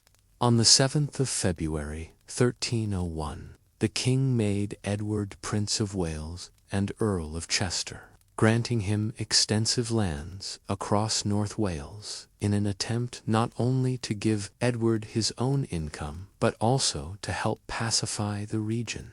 Edward also joined the king on the campaign of 1301 in Scotland, which saw him capture Turnberry Castle. In 1303, he used his own siege engine to besiege Bracken Castle, and in the spring of 1304, he took part in peace negotiations on behalf of his father with the Scottish rebel. But when no agreement was found, he joined his father once more for the siege of Stirling Castle. The year 1305 was marked by a quarrel that young Prince Edward had with Walter Langton, the royal treasurer, over the amount of money Edward received from the crown. His father sided with the treasurer, and Edward and his companions were banished from court, and his financial support was curtailed. However, the rift didn't last long, and father and son were soon reconciled. In 1306, Edward I had been greatly angered by the actions of his former ally, Robert the Bruce, including his crowning at Scone Abbey as King of Scotland and his stabbing to death of his great enemy, John the Red Cummin in the Franciscan Greyfriars Church in Dumfries. Prior to the crowning of Robert the Bruce, there had been a 10-year interregnum in Scotland, from when the previous king, John Balliol, had been removed from the throne in 1296, whilst the English kings of the time did not lay claim to the Scottish throne. They did feel entitled to interfere in Scottish affairs, and they also believed that the Scottish kings owed fealty or loyalty to the kings of England in return for the kingdom they ruled. Both Edward I and Edward II would not recognize Robert the Bruce as King of the Scots, and the same was true of the Pope because of Bruce's killing of John Cummin on sacred ground. Much of Edward II's reign would be marked by constant campaigns to defeat Robert the Bruce and claim his position as overlord of Scotland. And so, on the 7th of April, 1306, when King Edward I made his son Duke of Aquitaine, his intention was for Edward to lead the campaign against Robert the Bruce and finally quash the Scottish rebels. Edward II was knighted by his father on the 22nd of May, 1306, in Westminster Palace, and he then, in turn, knighted 300 other young men in Westminster Abbey. This ceremony became known as the Feast of the Swans, since Edward had a pair of golden swans brought before the gathering. After the meal, Edward would also swear an oath at this gathering that he would not sleep 2 nights in one place until the Scots had been defeated. Listening to Edward's promise were Piers Gaveston and Hugh Despenser, the Earls of Surrey and Arundel, and also there was Roger Mortimer, who was to play a great part in Edward II's downfall 20 years later. During this time, Edward's extravagant gestures towards Gaveston continued. One example would be the incident recorded by Walter of Gisborough, who recounts that, in 1307, Edward told his father, the king, of his intention to give his favourite Piers Gaveston the title Count of Ponthieu, which Edward had inherited from his mother, Eleanor of Castile, on her death. This reportedly caused the king to fly into a rage and defame Edward, and even to lay hands on him, possibly saying that he would not have Edward inherit his lands. Would it not split the kingdom? It is also thought that Piers Gaveston may have been involved in an argument that Edward II had with the treasurer Walter Langton in 1305, following which Gaveston and Edward had been banished from court. However, the incident of 1307 was deemed much more serious by the king, as it resulted in him sending Gaveston into exile on the continent from the 30th of April, 1307. But the exile was more of a punishment for Edward rather than Gaveston himself, and even though he was looked after financially by Edward I, as he gave him a dowry of 100 marks a year while he was absent, young Edward, generous as ever, made sure that Gaveston left the kingdom with horses, luxurious clothes, as well as £260. The Scala Chronica states that the reason for Gaveston's banishment in 1307 was that he was, quote, accused before the king of diverse crimes and vices, which rendered him unfit company for the king's son. But it is likely that the real reason he was seen as unfit company was because of Edward's love and favoritism towards him, which the king felt might cause resentment amongst the nobles when Edward became king himself. Indeed, while his father lay dying in Berg-Bassans, it was recorded by one chronicler that he gathered his nobles around him and instructed them to take care of young Edward, but also to prevent the return from exile of Gaveston. These nobles included Henry de Lacy, the Earl of Lincoln, Guy de Beauchamp, the Earl of Warwick, and Aymer de Valence. who would later become the Earl of Pembroke. Edward II's reign would be marked by controversy concerning the exact nature of his relationship with Piers Gaveston, but also because of his blatant favoritism.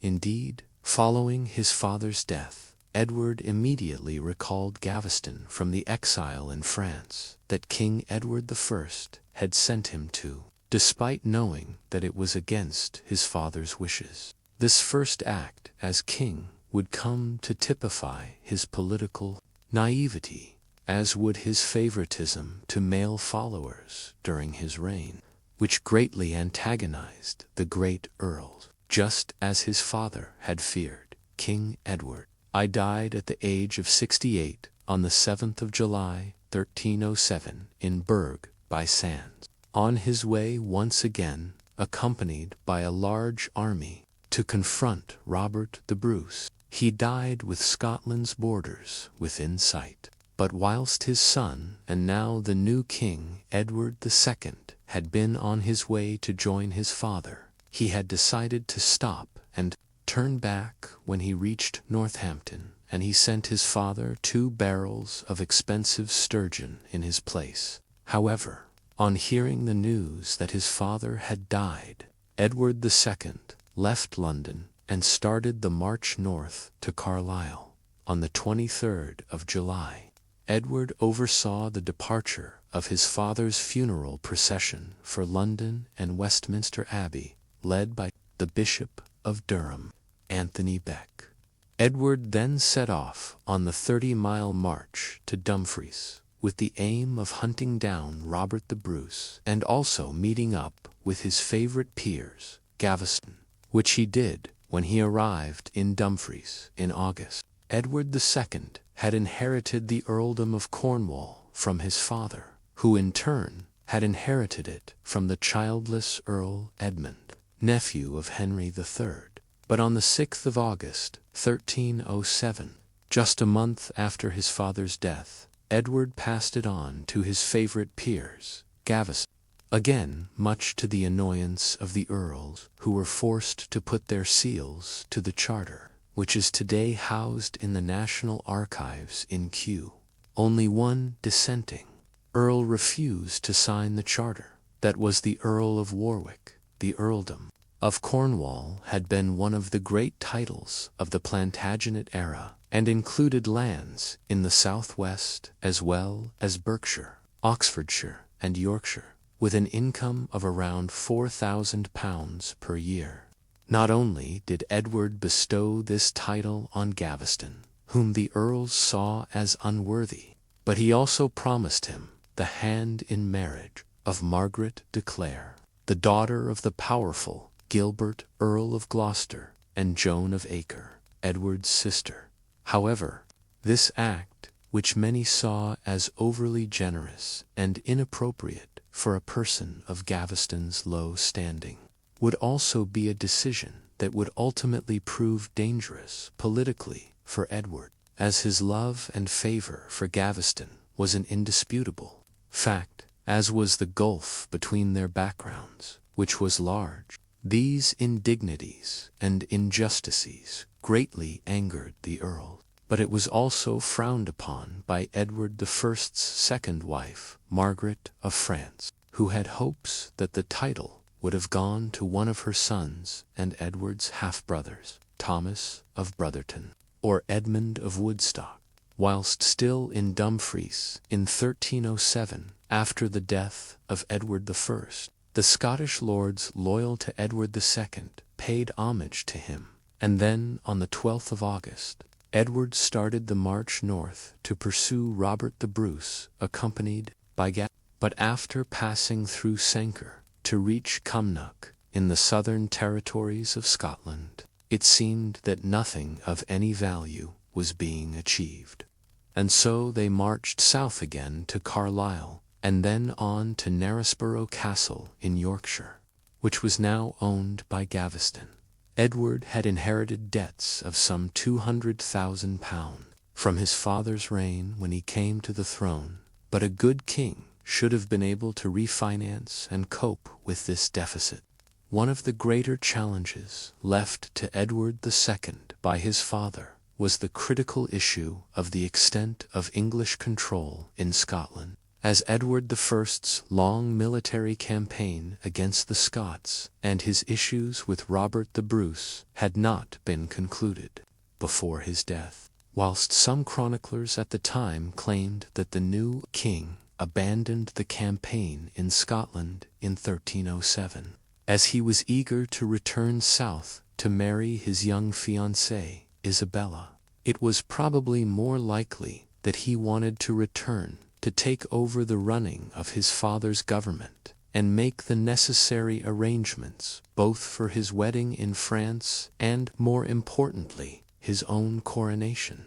And so it was that Edward II abandoned the war in Scotland in August 1307 and marched south, firstly to Yorkshire, and then on to Nottingham in September, and then to Northampton in October, where he would hold his first parliament in order to make the necessary arrangements for his father's funeral and for his coronation and wedding to Isabella of France, which took place in January 1308 in Boulogne.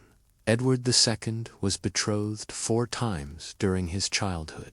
The first time was to Margaret, the Maid of Norway, his cousin and daughter of Eric II of Norway, and granddaughter of Alexander III of Scotland, who, on Alexander's death in 1286, became Queen of Scotland. But a marriage between her and Edward II would never happen, as in September 1290, she died at the age of only 7.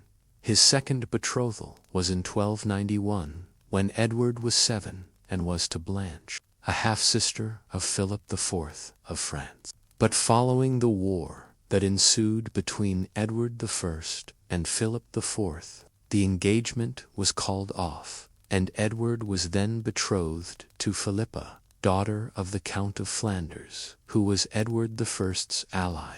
But this betrothal was ended when, in 1297, Edward I and Philip IV made peace. However, it was the betrothal that took place in 1299 to Isabella, daughter of Philip IV, which was the one that ended in marriage for Edward II.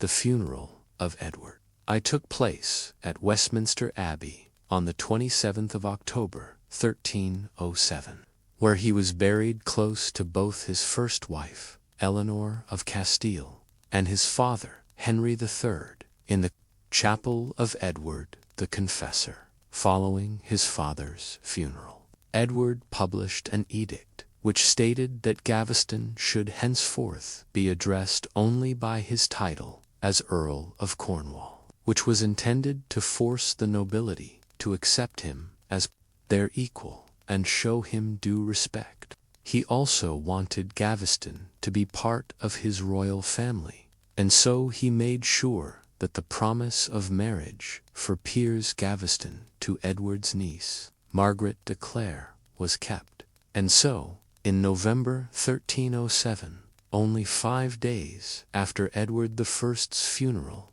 Piers Gaveston married Margaret de Clare, Edward II's niece, daughter of Gilbert, Earl of Gloucester, and Joan of Acre, Edward's own sister. His niece, Margaret, was only 13 at that time, and Gaveston was in his mid-20s. Gaveston held a jousting tournament in honor of his new bride, at which his knights defeated the Earls of Hereford, Surrey, and Arundel, increasing their feelings of hostility towards him, as they felt he was both arrogant and low-born. They also hated the fact that he monopolized Edward II's attention, being constantly present at court when Edward saw his barons, earls, and other nobles. Edward II, King of England, ascended to the throne of England at his coronation on the 20th of July 1307 at Carlisle Castle.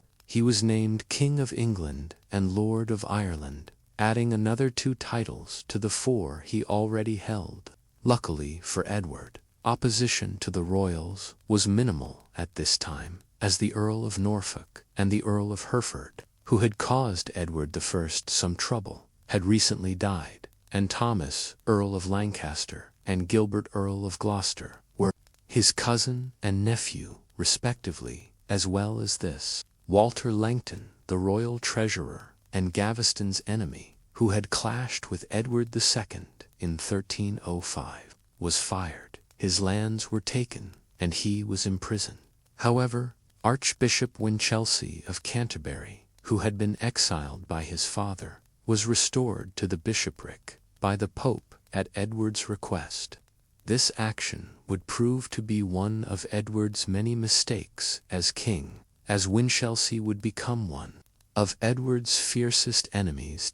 Then, on the 26th of December, 1307, Edward appointed Gaveston as custos regni, or keeper of the realm, while he traveled to France to marry his bride Isabella, giving the nobles even more reason to dislike Gaveston. As such a prominent role would normally be carried out by a high court official, a member of the royal family, or an archbishop. So Edward's actions gave Gaveston power over the realm, confirmed by a great seal. Edward and Isabella had been promised to each other since 1299, when Edward was 15 and Isabella was 3 or 4, in Boulogne in France. On the 25th of January, 1308, Edward married the 12-year-old Isabella, who was 11 years his junior, and reportedly very beautiful, as well as greedy and extremely extravagant, but also compassionate, pious, and courageous. Their early marriage, at least until the 1370s, was quite successful, Isabella proving to be an ally and great companion to Edward, with Isabella becoming pregnant with their first child for years after their marriage, at the age of 16. The negotiations with Philip IV over the size of Isabella's dowry had not been easy for the English royals, during which Edward agreed to pay homage to Philip for the Duchy of Aquitaine and to finish the implementation of the 1303 Treaty of Paris. In return, Philip gave Isabella wedding gifts worth over 21,000 livres, and reputedly a fragment of the True Cross. Edward gave his bride a psalter, an illuminated manuscript containing the Book of Psalms. Their coronation took place at Westminster Abbey on Sunday, the 25th of February, 1308, in the presence of the nobles of England and France. The abbey had been restored and was adorned with a fountain producing wine, as well as marble tables and 40 ovens. It was Piers Gaveston, immediately preceding the king and queen in the procession, who carried the royal crown of Edward the Confessor, the most sacred of all the royal regalia, carried at the ceremony, which was carried out of the abbey by Henry Woodlock, the Bishop of Winchester. Edward entered the abbey, dressed in green silk, and walking on a carpet of petals. It was recorded in the Annals Paulini that Gaveston was so elegantly dressed in purple silk encrusted with pearls that he even outshone the king. Furthermore, Gaveston also led the procession out of the abbey, carrying the royal sword of Edward, the Confessor, Cortana, which had been carried into the abbey by the Earl of Lancaster. In addition, the banqueting hall walls were adorned with Edward and Gaveston's arms, rather than Edward and Isabella's, and Gaveston took pride of place next to Edward II, and was the subject of his rapt attention. All this was seen as rather insulting to the young Queen Isabella, and only served to anger the English nobles further, as well as the French king. Indeed, Isabella wrote to her father that Edward was an entire stranger to my bed, and suggested that Gaveston was the cause of this. However, it should be remembered that marriages to young brides at this time were marriages in name only, until the girl was of childbearing age. So Edward's inattention to Isabella can be understood in this context, as she was only 12 at that time and considered young, even by the standards of the period. So for their first years together, Edward would probably have employed the intimate services of a mistress, whilst the marriage of Edward II and Isabella did not get off to the best of starts. There is evidence from their letters to suggest that there developed a real affection between them, Edward calling Isabella "my dear heart," and Isabella referring to Edward II as "my very sweet heart." Indeed, their marriage produced for children. Their first son was the future King Edward III, born in 1312. Their second son, John of Eltham, was born in 1316. Their first daughter, Eleanor of Woodstock, was born in 1318, and Joan was born in 1321. Edward's illegitimate son, Adam, was probably born in about 1307, before Isabella and Edward were married.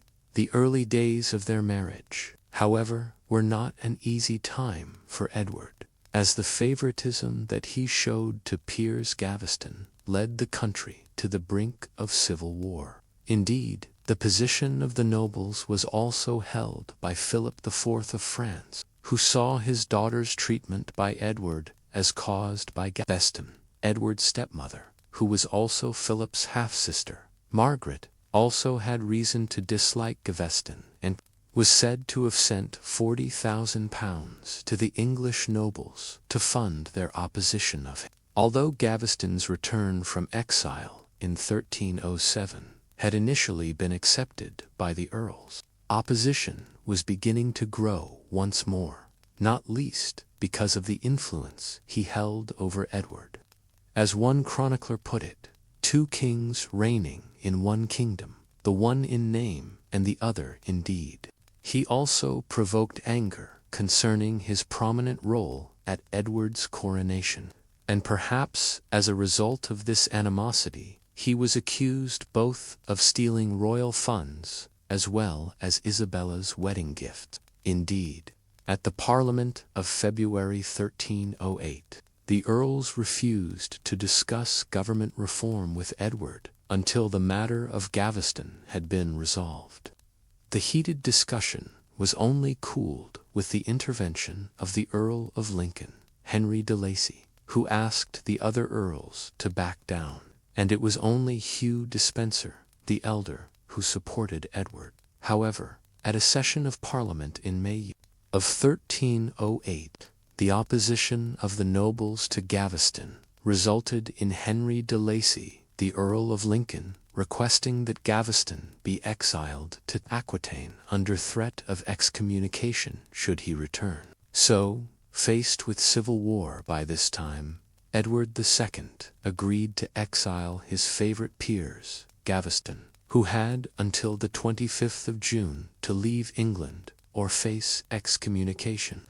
Although Edward agreed initially, he decided instead to send Gaveston across the Irish Sea and made him King's Lieutenant of Ireland.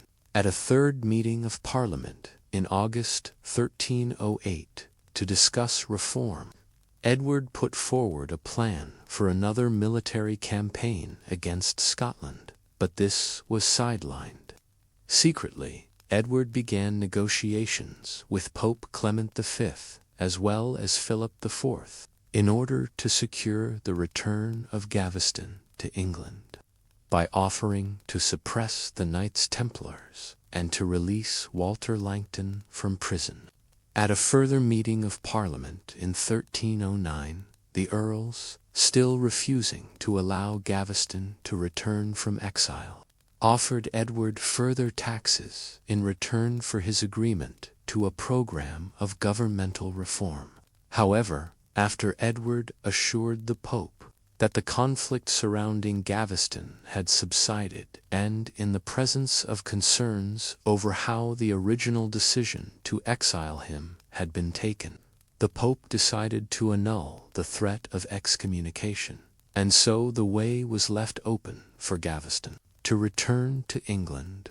Gaveston did in fact arrive back in England in June of 1309, and at the next Parliament in August, Edward made concessions to the earls who had opposed Gaveston by limiting the powers of the royal steward and the marshal of the royal household, as well as agreeing to limit the crown's powers of purveyance, which was the forced selling of provisions for the army at low prices. He also agreed to cancel recently enacted customs legislation.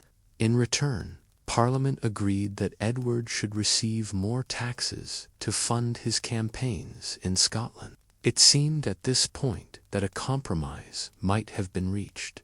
However, on his return, Gaveston continued to anger the earls with his arrogant and haughty manner, even seemingly provoking them by giving them insulting nicknames such as the Black Dog of Arden for the Earl of Warwick, Joseph the Jew for the Earl of Pembroke, Churl for the Earl of Lancaster, Whoreson for the Earl of Gloucester, and Burst Belly for the Earl of Lincoln. In fact, Warwick was recorded as saying, quote, "If he calls me a dog, be sure that I will bite him so soon as I shall perceive my opportunity." The unrest culminated in the earls coming to the Parliament of February 1310, armed and demanding that Edward put right the problems facing the realm at that time.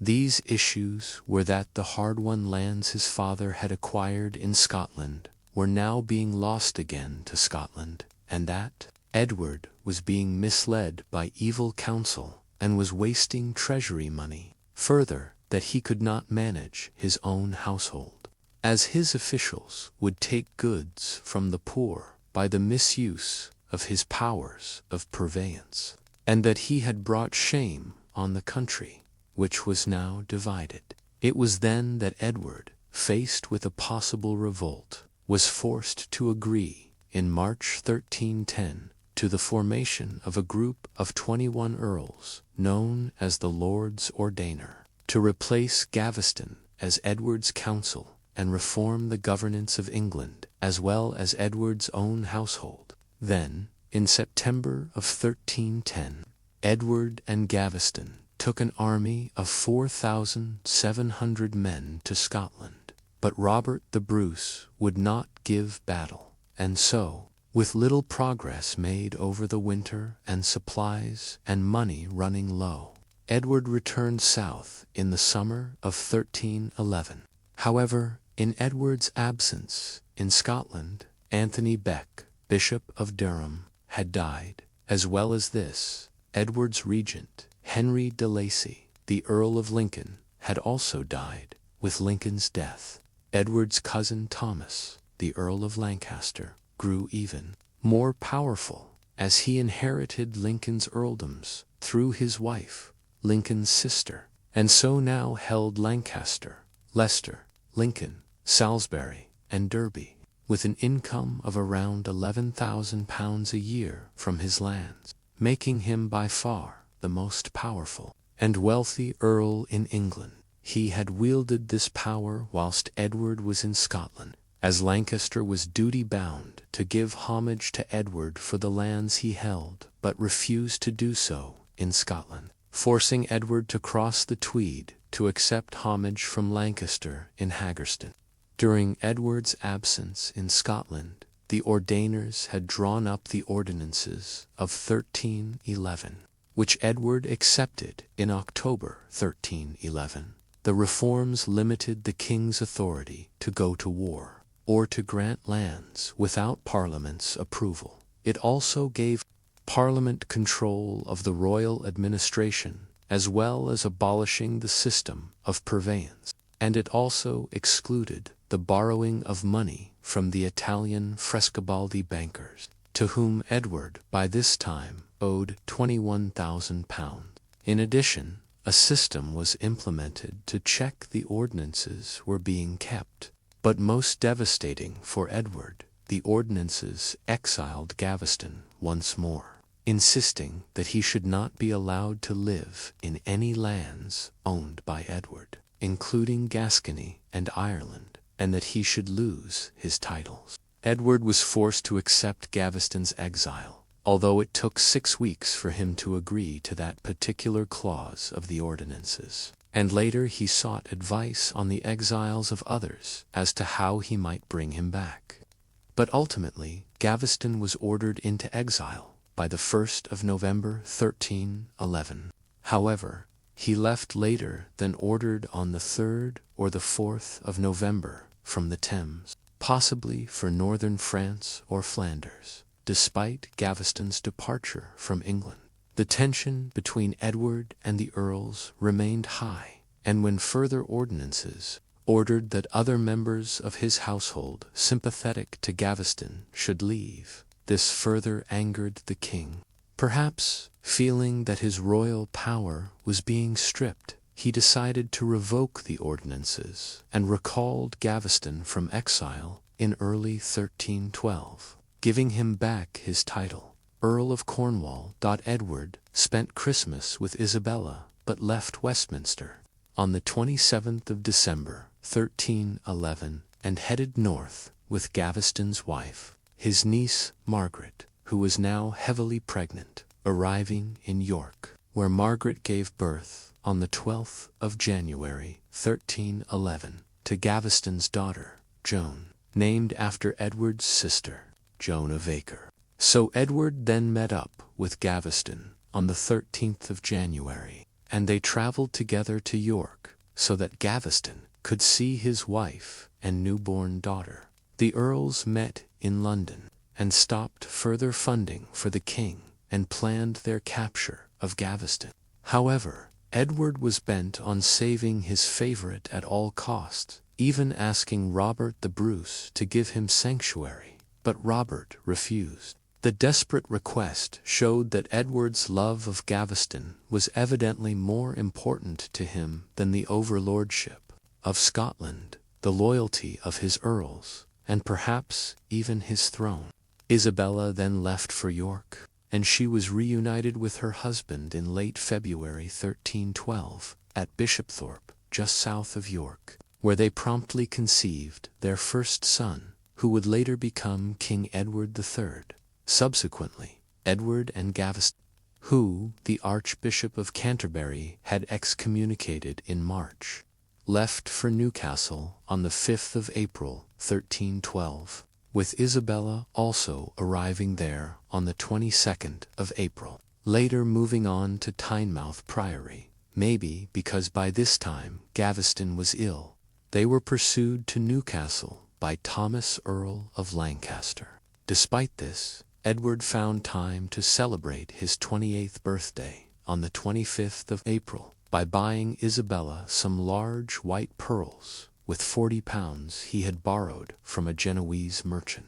During this time, Edward also gave Gaveston custody of Scarborough Castle, on order he should give it over to no one but the king himself should he have need of it, showing that Edward by this time was resigned to civil war. He had also ordered his vassals in France, the Counts of Foix and Armagnac, and the Lord of Albret, along with 120 Gascon viscounts and barons, to come to his aid in England with armed men and horses. When, on the 3rd of May, Edward heard of the imminent arrival of Lancaster and his army, they fled to join Isabella at Tynemouth, and on the 5th of May they travelled by sea to Scarborough Castle, leaving behind much of their household and valuables, with Isabella travelling by land, and travelled to Knaresborough and then York, where he met up with Isabella again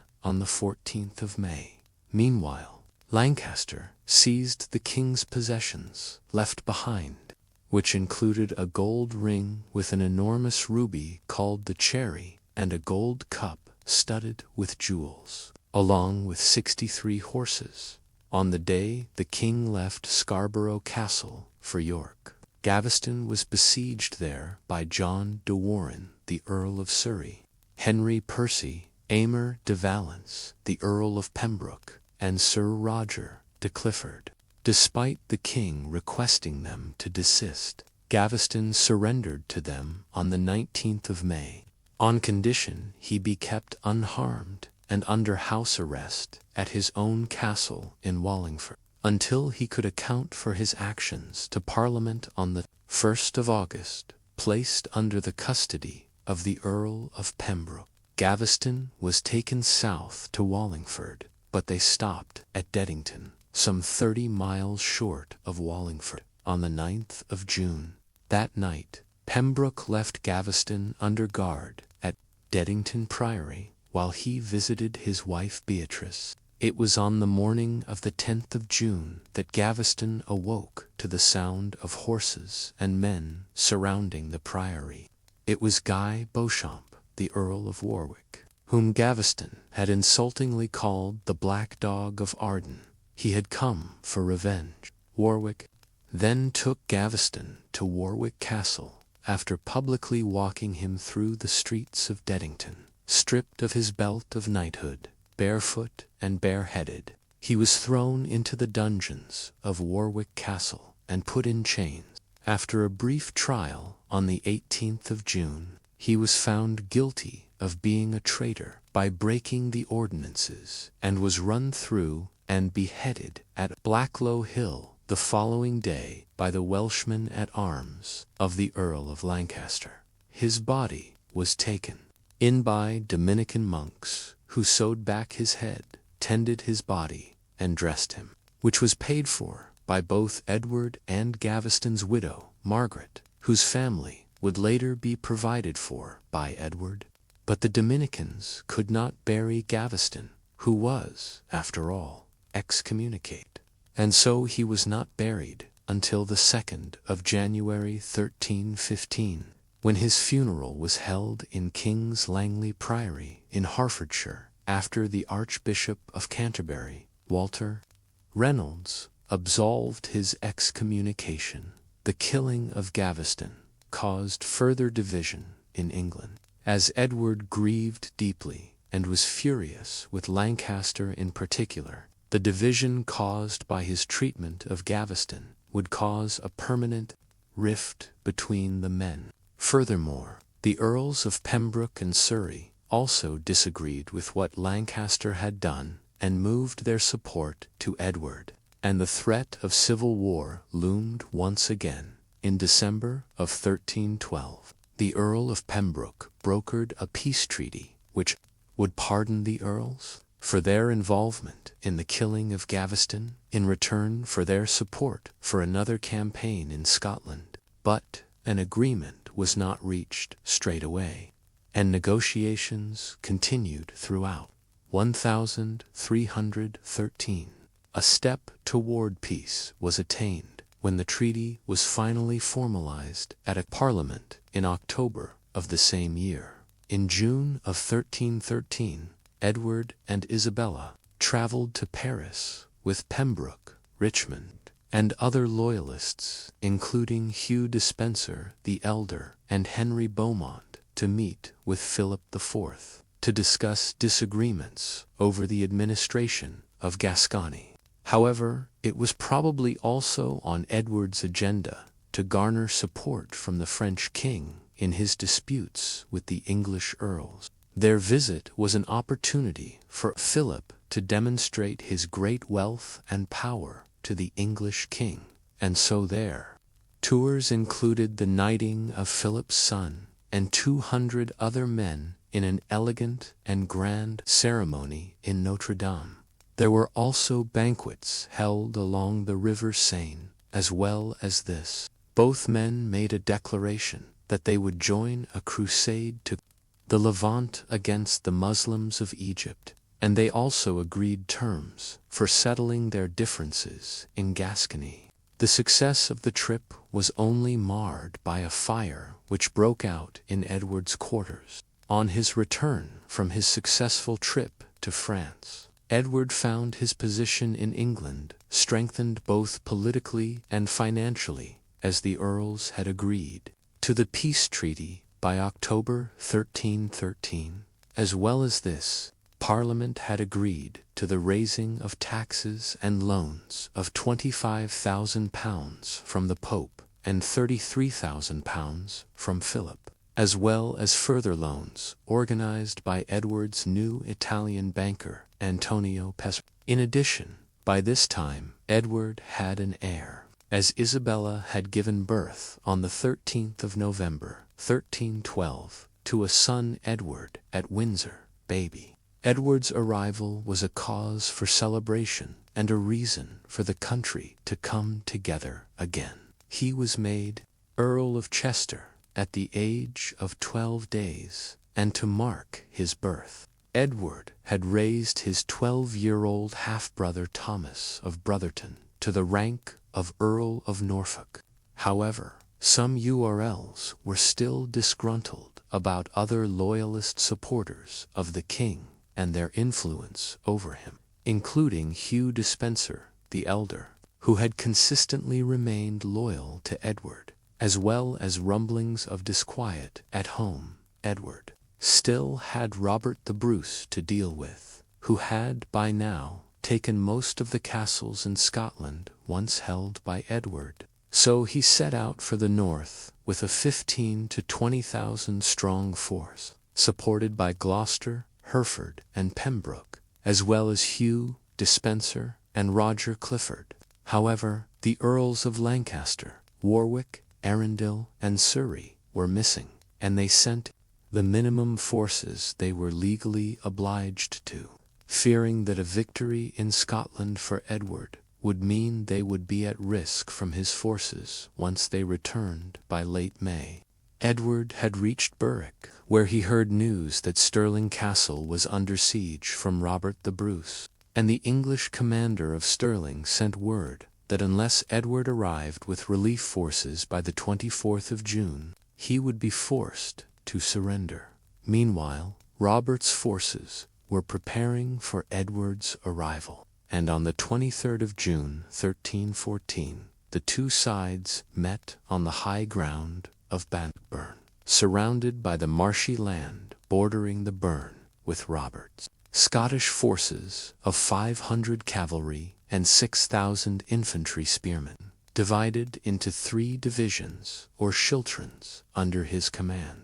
Alongside him were his brother Edward Bruce and his nephew, the Earl of Moray. On the first day of battle, Robert killed Sir Henry de Bohun with a blow of his battle-axe. Gloucester and Hereford quarreled over who should lead the vanguard, and Gloucester was lucky to escape with his life, and so the English then withdrew for the night. On the following day, the 24th of June, Edward encountered Robert's troops unexpectedly at New Park, with his forces in marching formation instead of battle formation, as Sir Alexander Seton, a Scottish noble fighting on Edward's side, had defected and informed the Scottish army of Edward's position.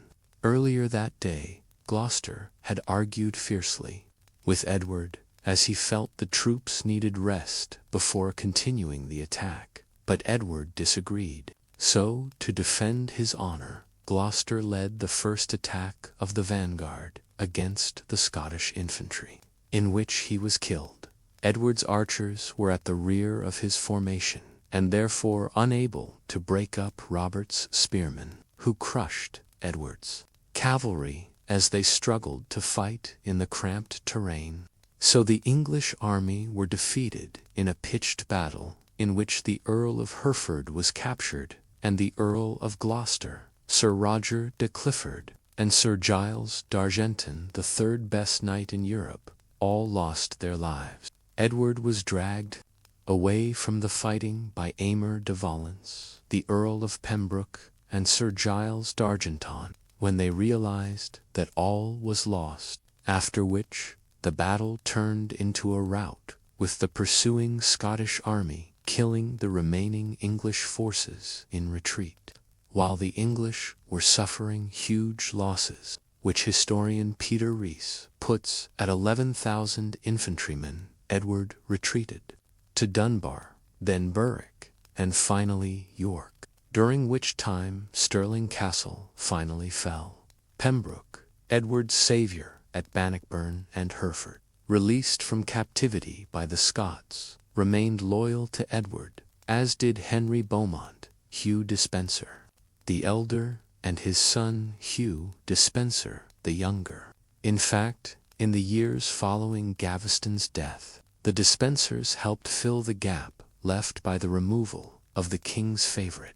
During the years 1314 to 1317, increasingly harsh winters, followed by wet summers throughout Europe, resulted in flash floods in 1315, which destroyed arable land, resulting in the death of thousands of sheep and cattle from disease and starvation.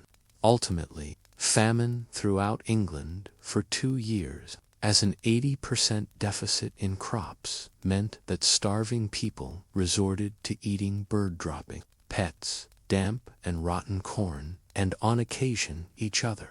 The loss of export revenue for wool and the decrease in meat supplies and resulting increase in food prices put pressure on the military garrison near Scotland, while Robert the Bruce pressed further south into England's territories, perhaps spurred on by the loss of English earls at Bannockburn, as well as the death of Warwick, who died in August 1315.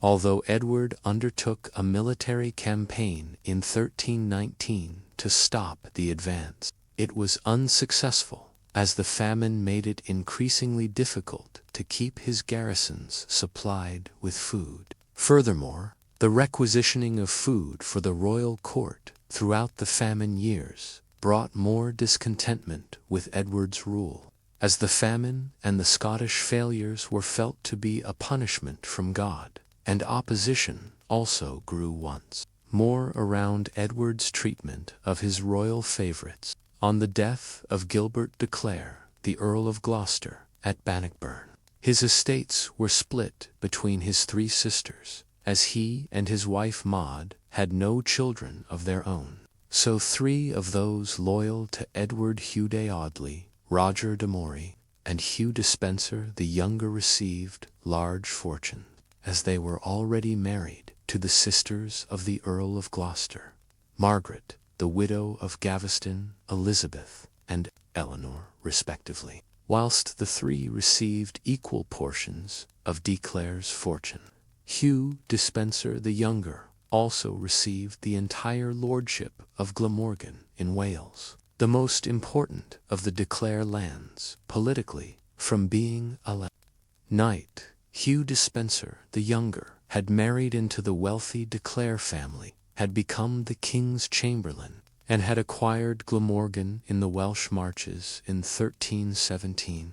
Both he and his father were loyal to Edward, but Hugh the younger would develop an ever-increasingly close relationship with Edward over the coming years, as he would rely on Hugh the younger for advice, and he was also privy to all Edward's court business. In the words of one chronicler, Edward loved him dearly, with all his heart and mind.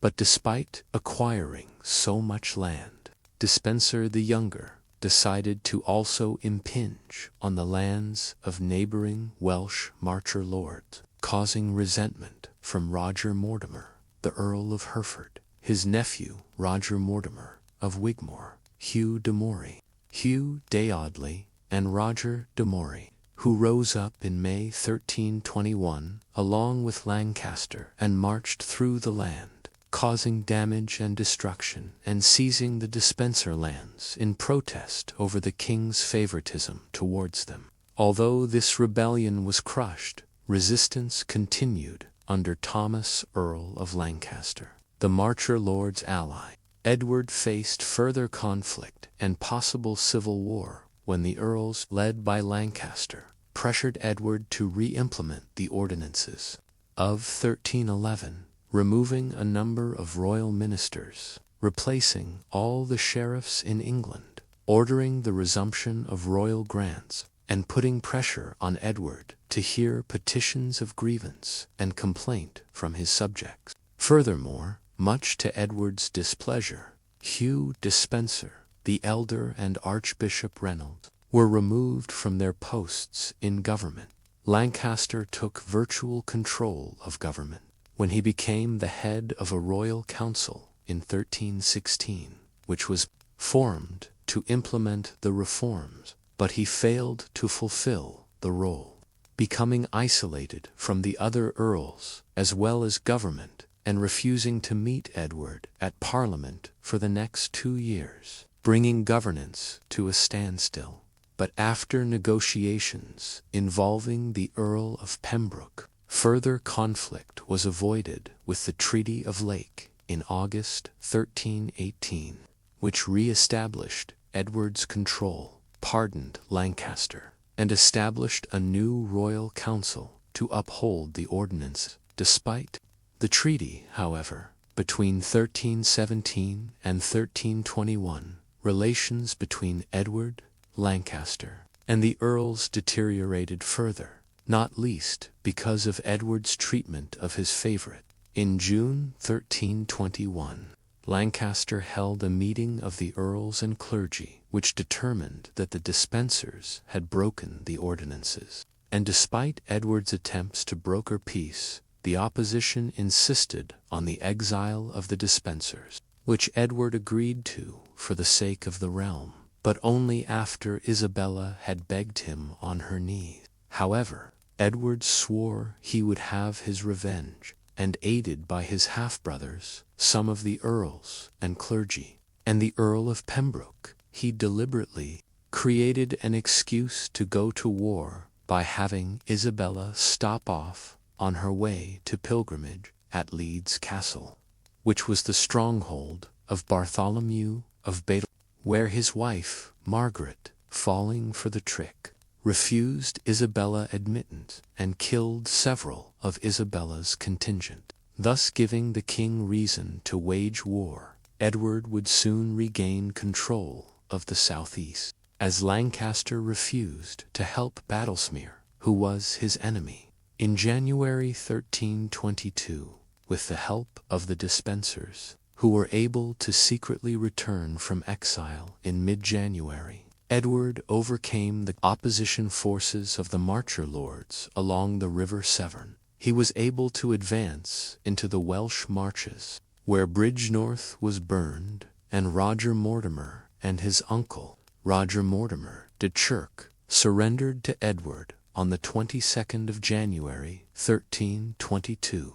Then, in February, Hugh Audley, the elder, and Maurice de Berkeley also surrendered, and Edward confiscated Berkeley Castle from Sir Maurice. Edward was winning not only militarily, but also politically, as in February 1322, a letter came to light that Edward had distributed widely, which showed that Lancaster had been negotiating with the Scots to overcome Edward. Many of Lancaster's allies became wary of supporting him for fear of what would happen to them should he lose, and it was at this time that the Welsh nobility also lent their support to Edward, as the Marcher lords had been more of a threat to their lands than Edward. Only 10 days after Lancaster's letters were published, he was declared a traitor to the realm, and Edward ordered the Earls of Kent and Surrey to capture Pontefract Castle.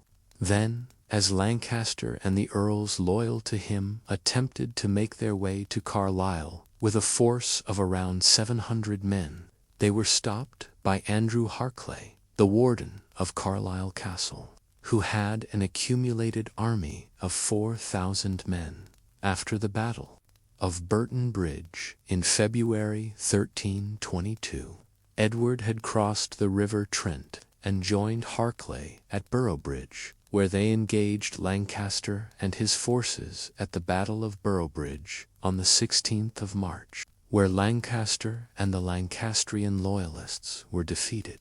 After a trial at Pontefract, Lancaster was found guilty of treason and beheaded in March 1322, after which Edward repealed the ordinances through the Statute of York at a parliament held on the 2nd of May 1322, retaining only 6 clauses concerning the administration of the household and appointment of sheriffs, and agreeing taxes for a fresh campaign against Scotland. which took back royal power unequivocally. So by now, Edward was without a doubt back in charge. Following the Despenser War, the two Roger Mortimers, Chirk and Wigmore, were sentenced to death, but had their sentences commuted to life imprisonment, and they were imprisoned in the Tower of London, from where Roger Mortimer de Wigmore escaped in August 1323 before fleeing to France. Maurice de Berkeley, Hugh Audley, the younger and the elder, were also imprisoned, while, in a last show of resistance, the Marcher lords attempted to free other captives from both Windsor and Wallingford castles. The remaining supporters of Lancaster were either executed or imprisoned, and their lands were seized, which resulted in Edward becoming hugely rich. By 1326, his treasury contained £62,000, with which he rewarded his loyal supporters with titles and lands. Andrew Harclay was given the earldom of Carlisle. The loyal Earls of Surrey and Pembroke were both given landholding. The Earl of Arundel was given lands confiscated from Roger Mortimer of Chirk, as well as his title of Justice of Wales. The king's half-brother Edmund was given land and castles in the Midlands and Wales, and Edward's young son John of Eltham was given the Lancastrian castle of Tutbury at the age of only 6. As well as this, Hugh Despenser the elder was given the earldom of Winchester, along with 5 separate grants of land, including Lancaster's territory of Denbigh in North Wales. Hugh Despenser the younger received all the lands of the earldom of Gloucester, but not the title. And he was also given extensive landholdings in Wales, which were added to substantially over the coming years, in effect making him Lord of South Wales with an income of around £5,000 per year. The king was granted £40,000 for another campaign in Scotland, which came to nothing, but which also resulted in the death of his illegitimate son Adam, and almost ended in Queen Isabella's capture when she was forced to flee. Tynemouth by C. Andrew Harclay tried to negotiate a peace treaty independently with Robert the Bruce under terms which would force Edward to recognize Robert as rightful King of Scotland in return for a cessation to the invasion of England. Unsurprisingly, the king was furious at Harclay's unauthorized intervention and immediately cruelly executed him as a common traitor. But the king did agree to a 13-year truce with Scotland, bolstered by his swelling coffers and his victory over Lancaster. Edward became emboldened, and his loyal Despensers gathered the fruits of their loyalty whilst dealing cruelly with anyone who crossed them. Moreover, there was still discontentment with Edward's favoritism of them. Indeed, the chronicler Thomas de la Moore stated that under Edward England had 3 kings at once. However, the success enjoyed by Edward would not last for long, as stories began to circulate of miracles happening both at Lancaster's tomb and at the gallows used to execute his followers. In addition, law and order broke down with the confusion caused by the many seizures of land. Then, on the 1st of August 1323, at the Tower of London, Roger Mortimer of Wigmore, now landless, escaped from his dungeon and fled to France, where he was welcomed by the new King of France, Charles IV, Edward's brother-in-law. The new King Charles IV was eager to assert his authority over England, and a disagreement over Edward's lands at St. Sardos in 1324 gave him the excuse he needed. So he invaded Edward's territory of Gascony over a dispute concerning the killing of a French sergeant who intended to build a fortified town in a disputed region on the Gascon border, which Edward denied responsibility for. and sent the Earl of Pembroke to protest, but he died en route. Instead of compromising, Charles intensified his attack. In August 1324, the French king's uncle, Charles of Valois, invaded Aquitaine. In response, Edward ordered the arrest of any French citizen in England and seized all French-held lands in England, including Isabella's. So the clergy and earls recommended the raising of an army of 11,000 men to invade Gascony, which Edward sent to France, led by the Earl of Surrey, as he felt that if he left England accompanied by his loyal earls, he would leave the country open to invasion or rebellion. In the meantime, Edward recommenced negotiations with King Charles IV, who suggested that Isabella travel to France, along with Prince Edward, to give homage to the French king for Gascony. In return, Charles would end the war and return the disputed region of Agenais. But as Edward was concerned about sending his son to France, he sent Isabella alone instead in March 1325. The negotiations were not easy for Isabella, but she appealed to her brother, Charles, directly, and it was eventually agreed that Edward would pay homage in person for his lands in Gascony. However, as Edward was still concerned about possible uprisings in England were he to leave, he gave the Duchy of Aquitaine to his son Edward instead, and sent him to pay homage to Charles in his place. Therefore, the young Prince Edward crossed the Channel and paid homage to his uncle, the French King Charles IV, in September 1325. Following this, Edward had expected the return of his family to England, but instead Isabella remained in France. Edward and Isabella's marriage had been successful in the beginning, but by the time she left for France in 1325, the Queen was feeling discontent with Edward's treatment of her, not least because of his behavior towards his favorite.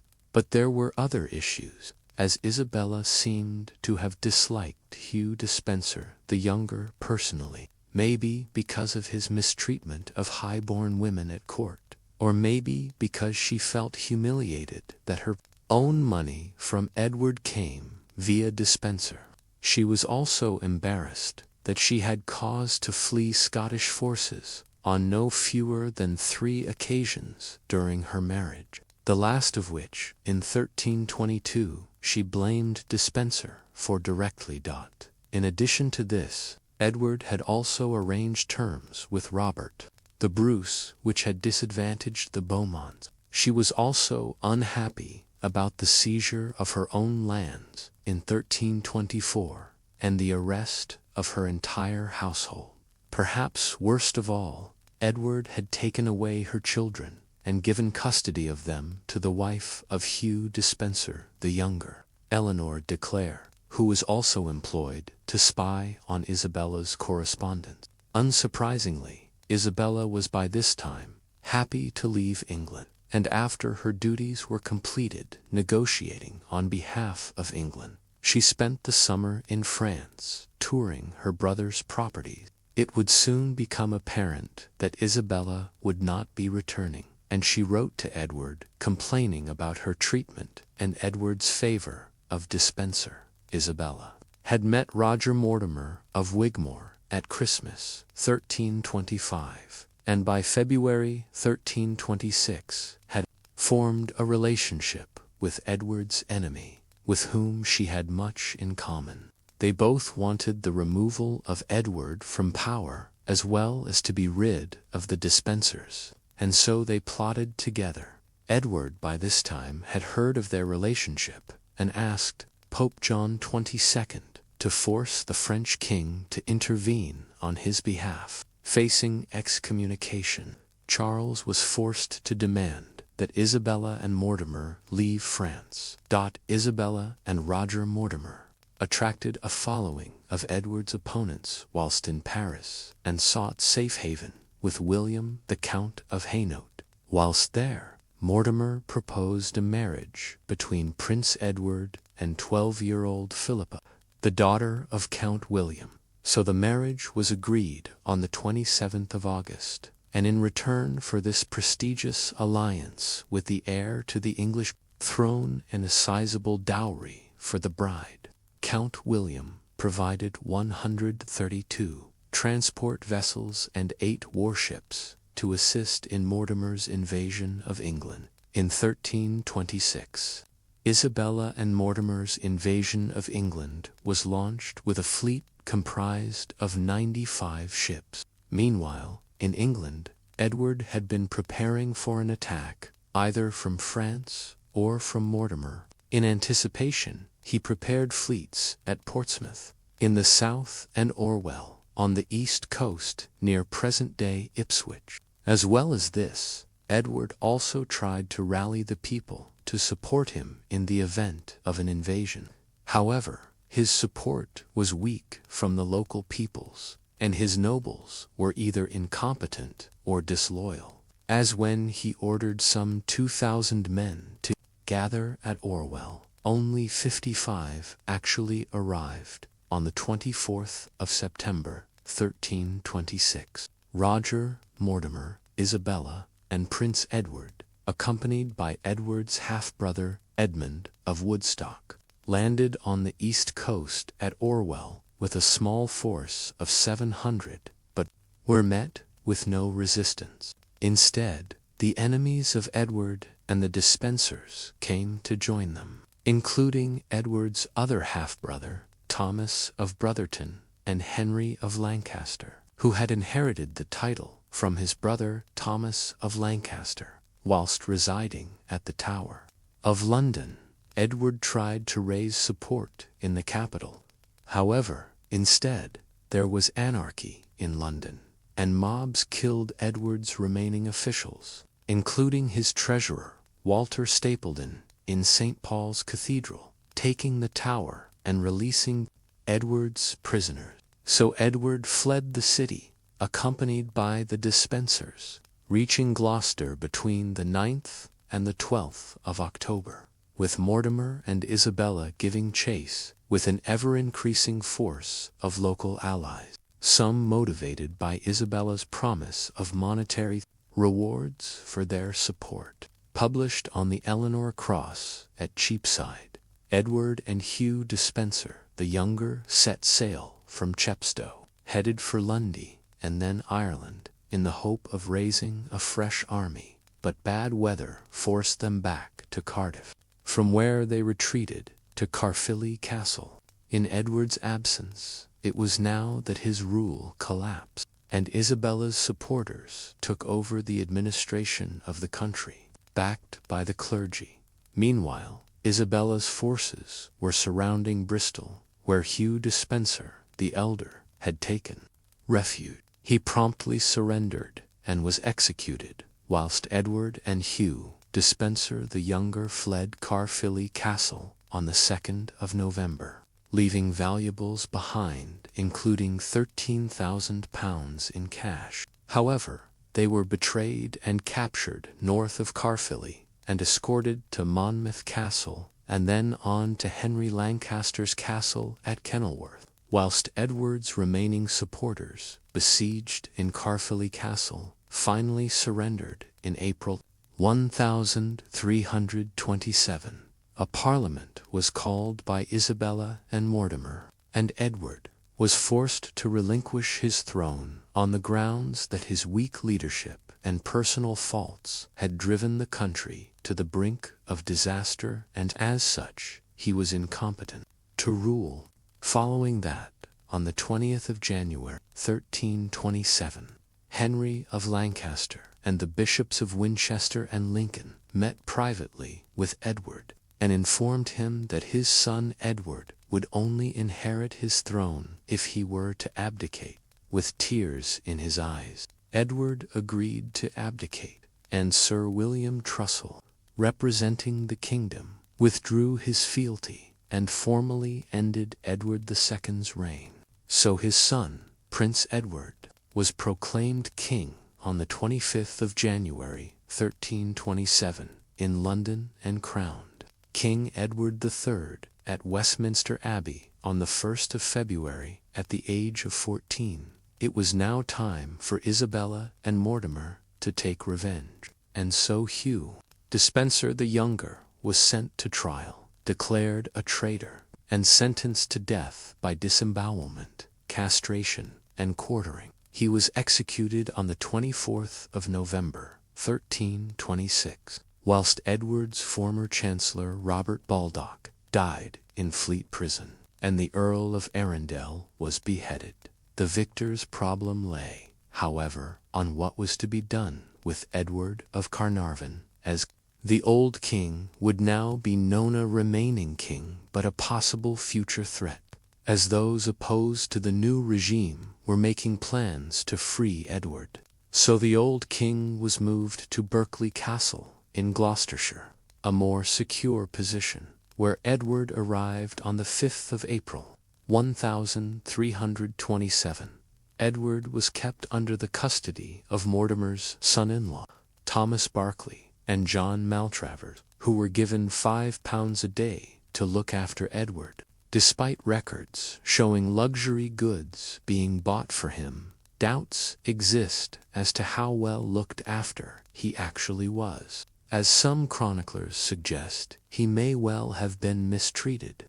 Also during this time, there were several attempts from those loyal to Edward to free him from captivity. However, on the 21st of September, 1327, Isabella and Mortimer's problems were solved when Edward II died at Berkeley Castle at the age of 43, supposedly from natural causes, but the timing of his death was most opportune for the couple, and suspicions arose as to the circumstances surrounding his death. On the 23rd of September, 1327, Edward III was informed of his father's death, and following this, several of those who might have been involved in Edward's untimely demise fled, including Sir Thomas Gurney Maltravers and William Ockley. Isabella and Mortimer ruled as de facto rulers from 1327 to 1330,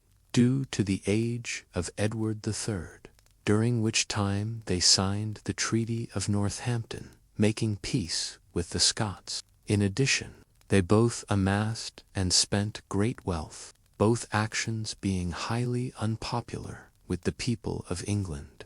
Mortimer also lost the favor of young Edward III, and in 1330 the young king staged a coup d'etat at Nottingham Castle, arresting Mortimer and later executing him in November 1334 14 counts of treason, including the murder of Edward II. New King Edward III blamed Mortimer for all the recent problems of the realm, effectively releasing his father of all guilt concerning the events, perhaps out of love, or perhaps to increase the legitimacy of his own reign.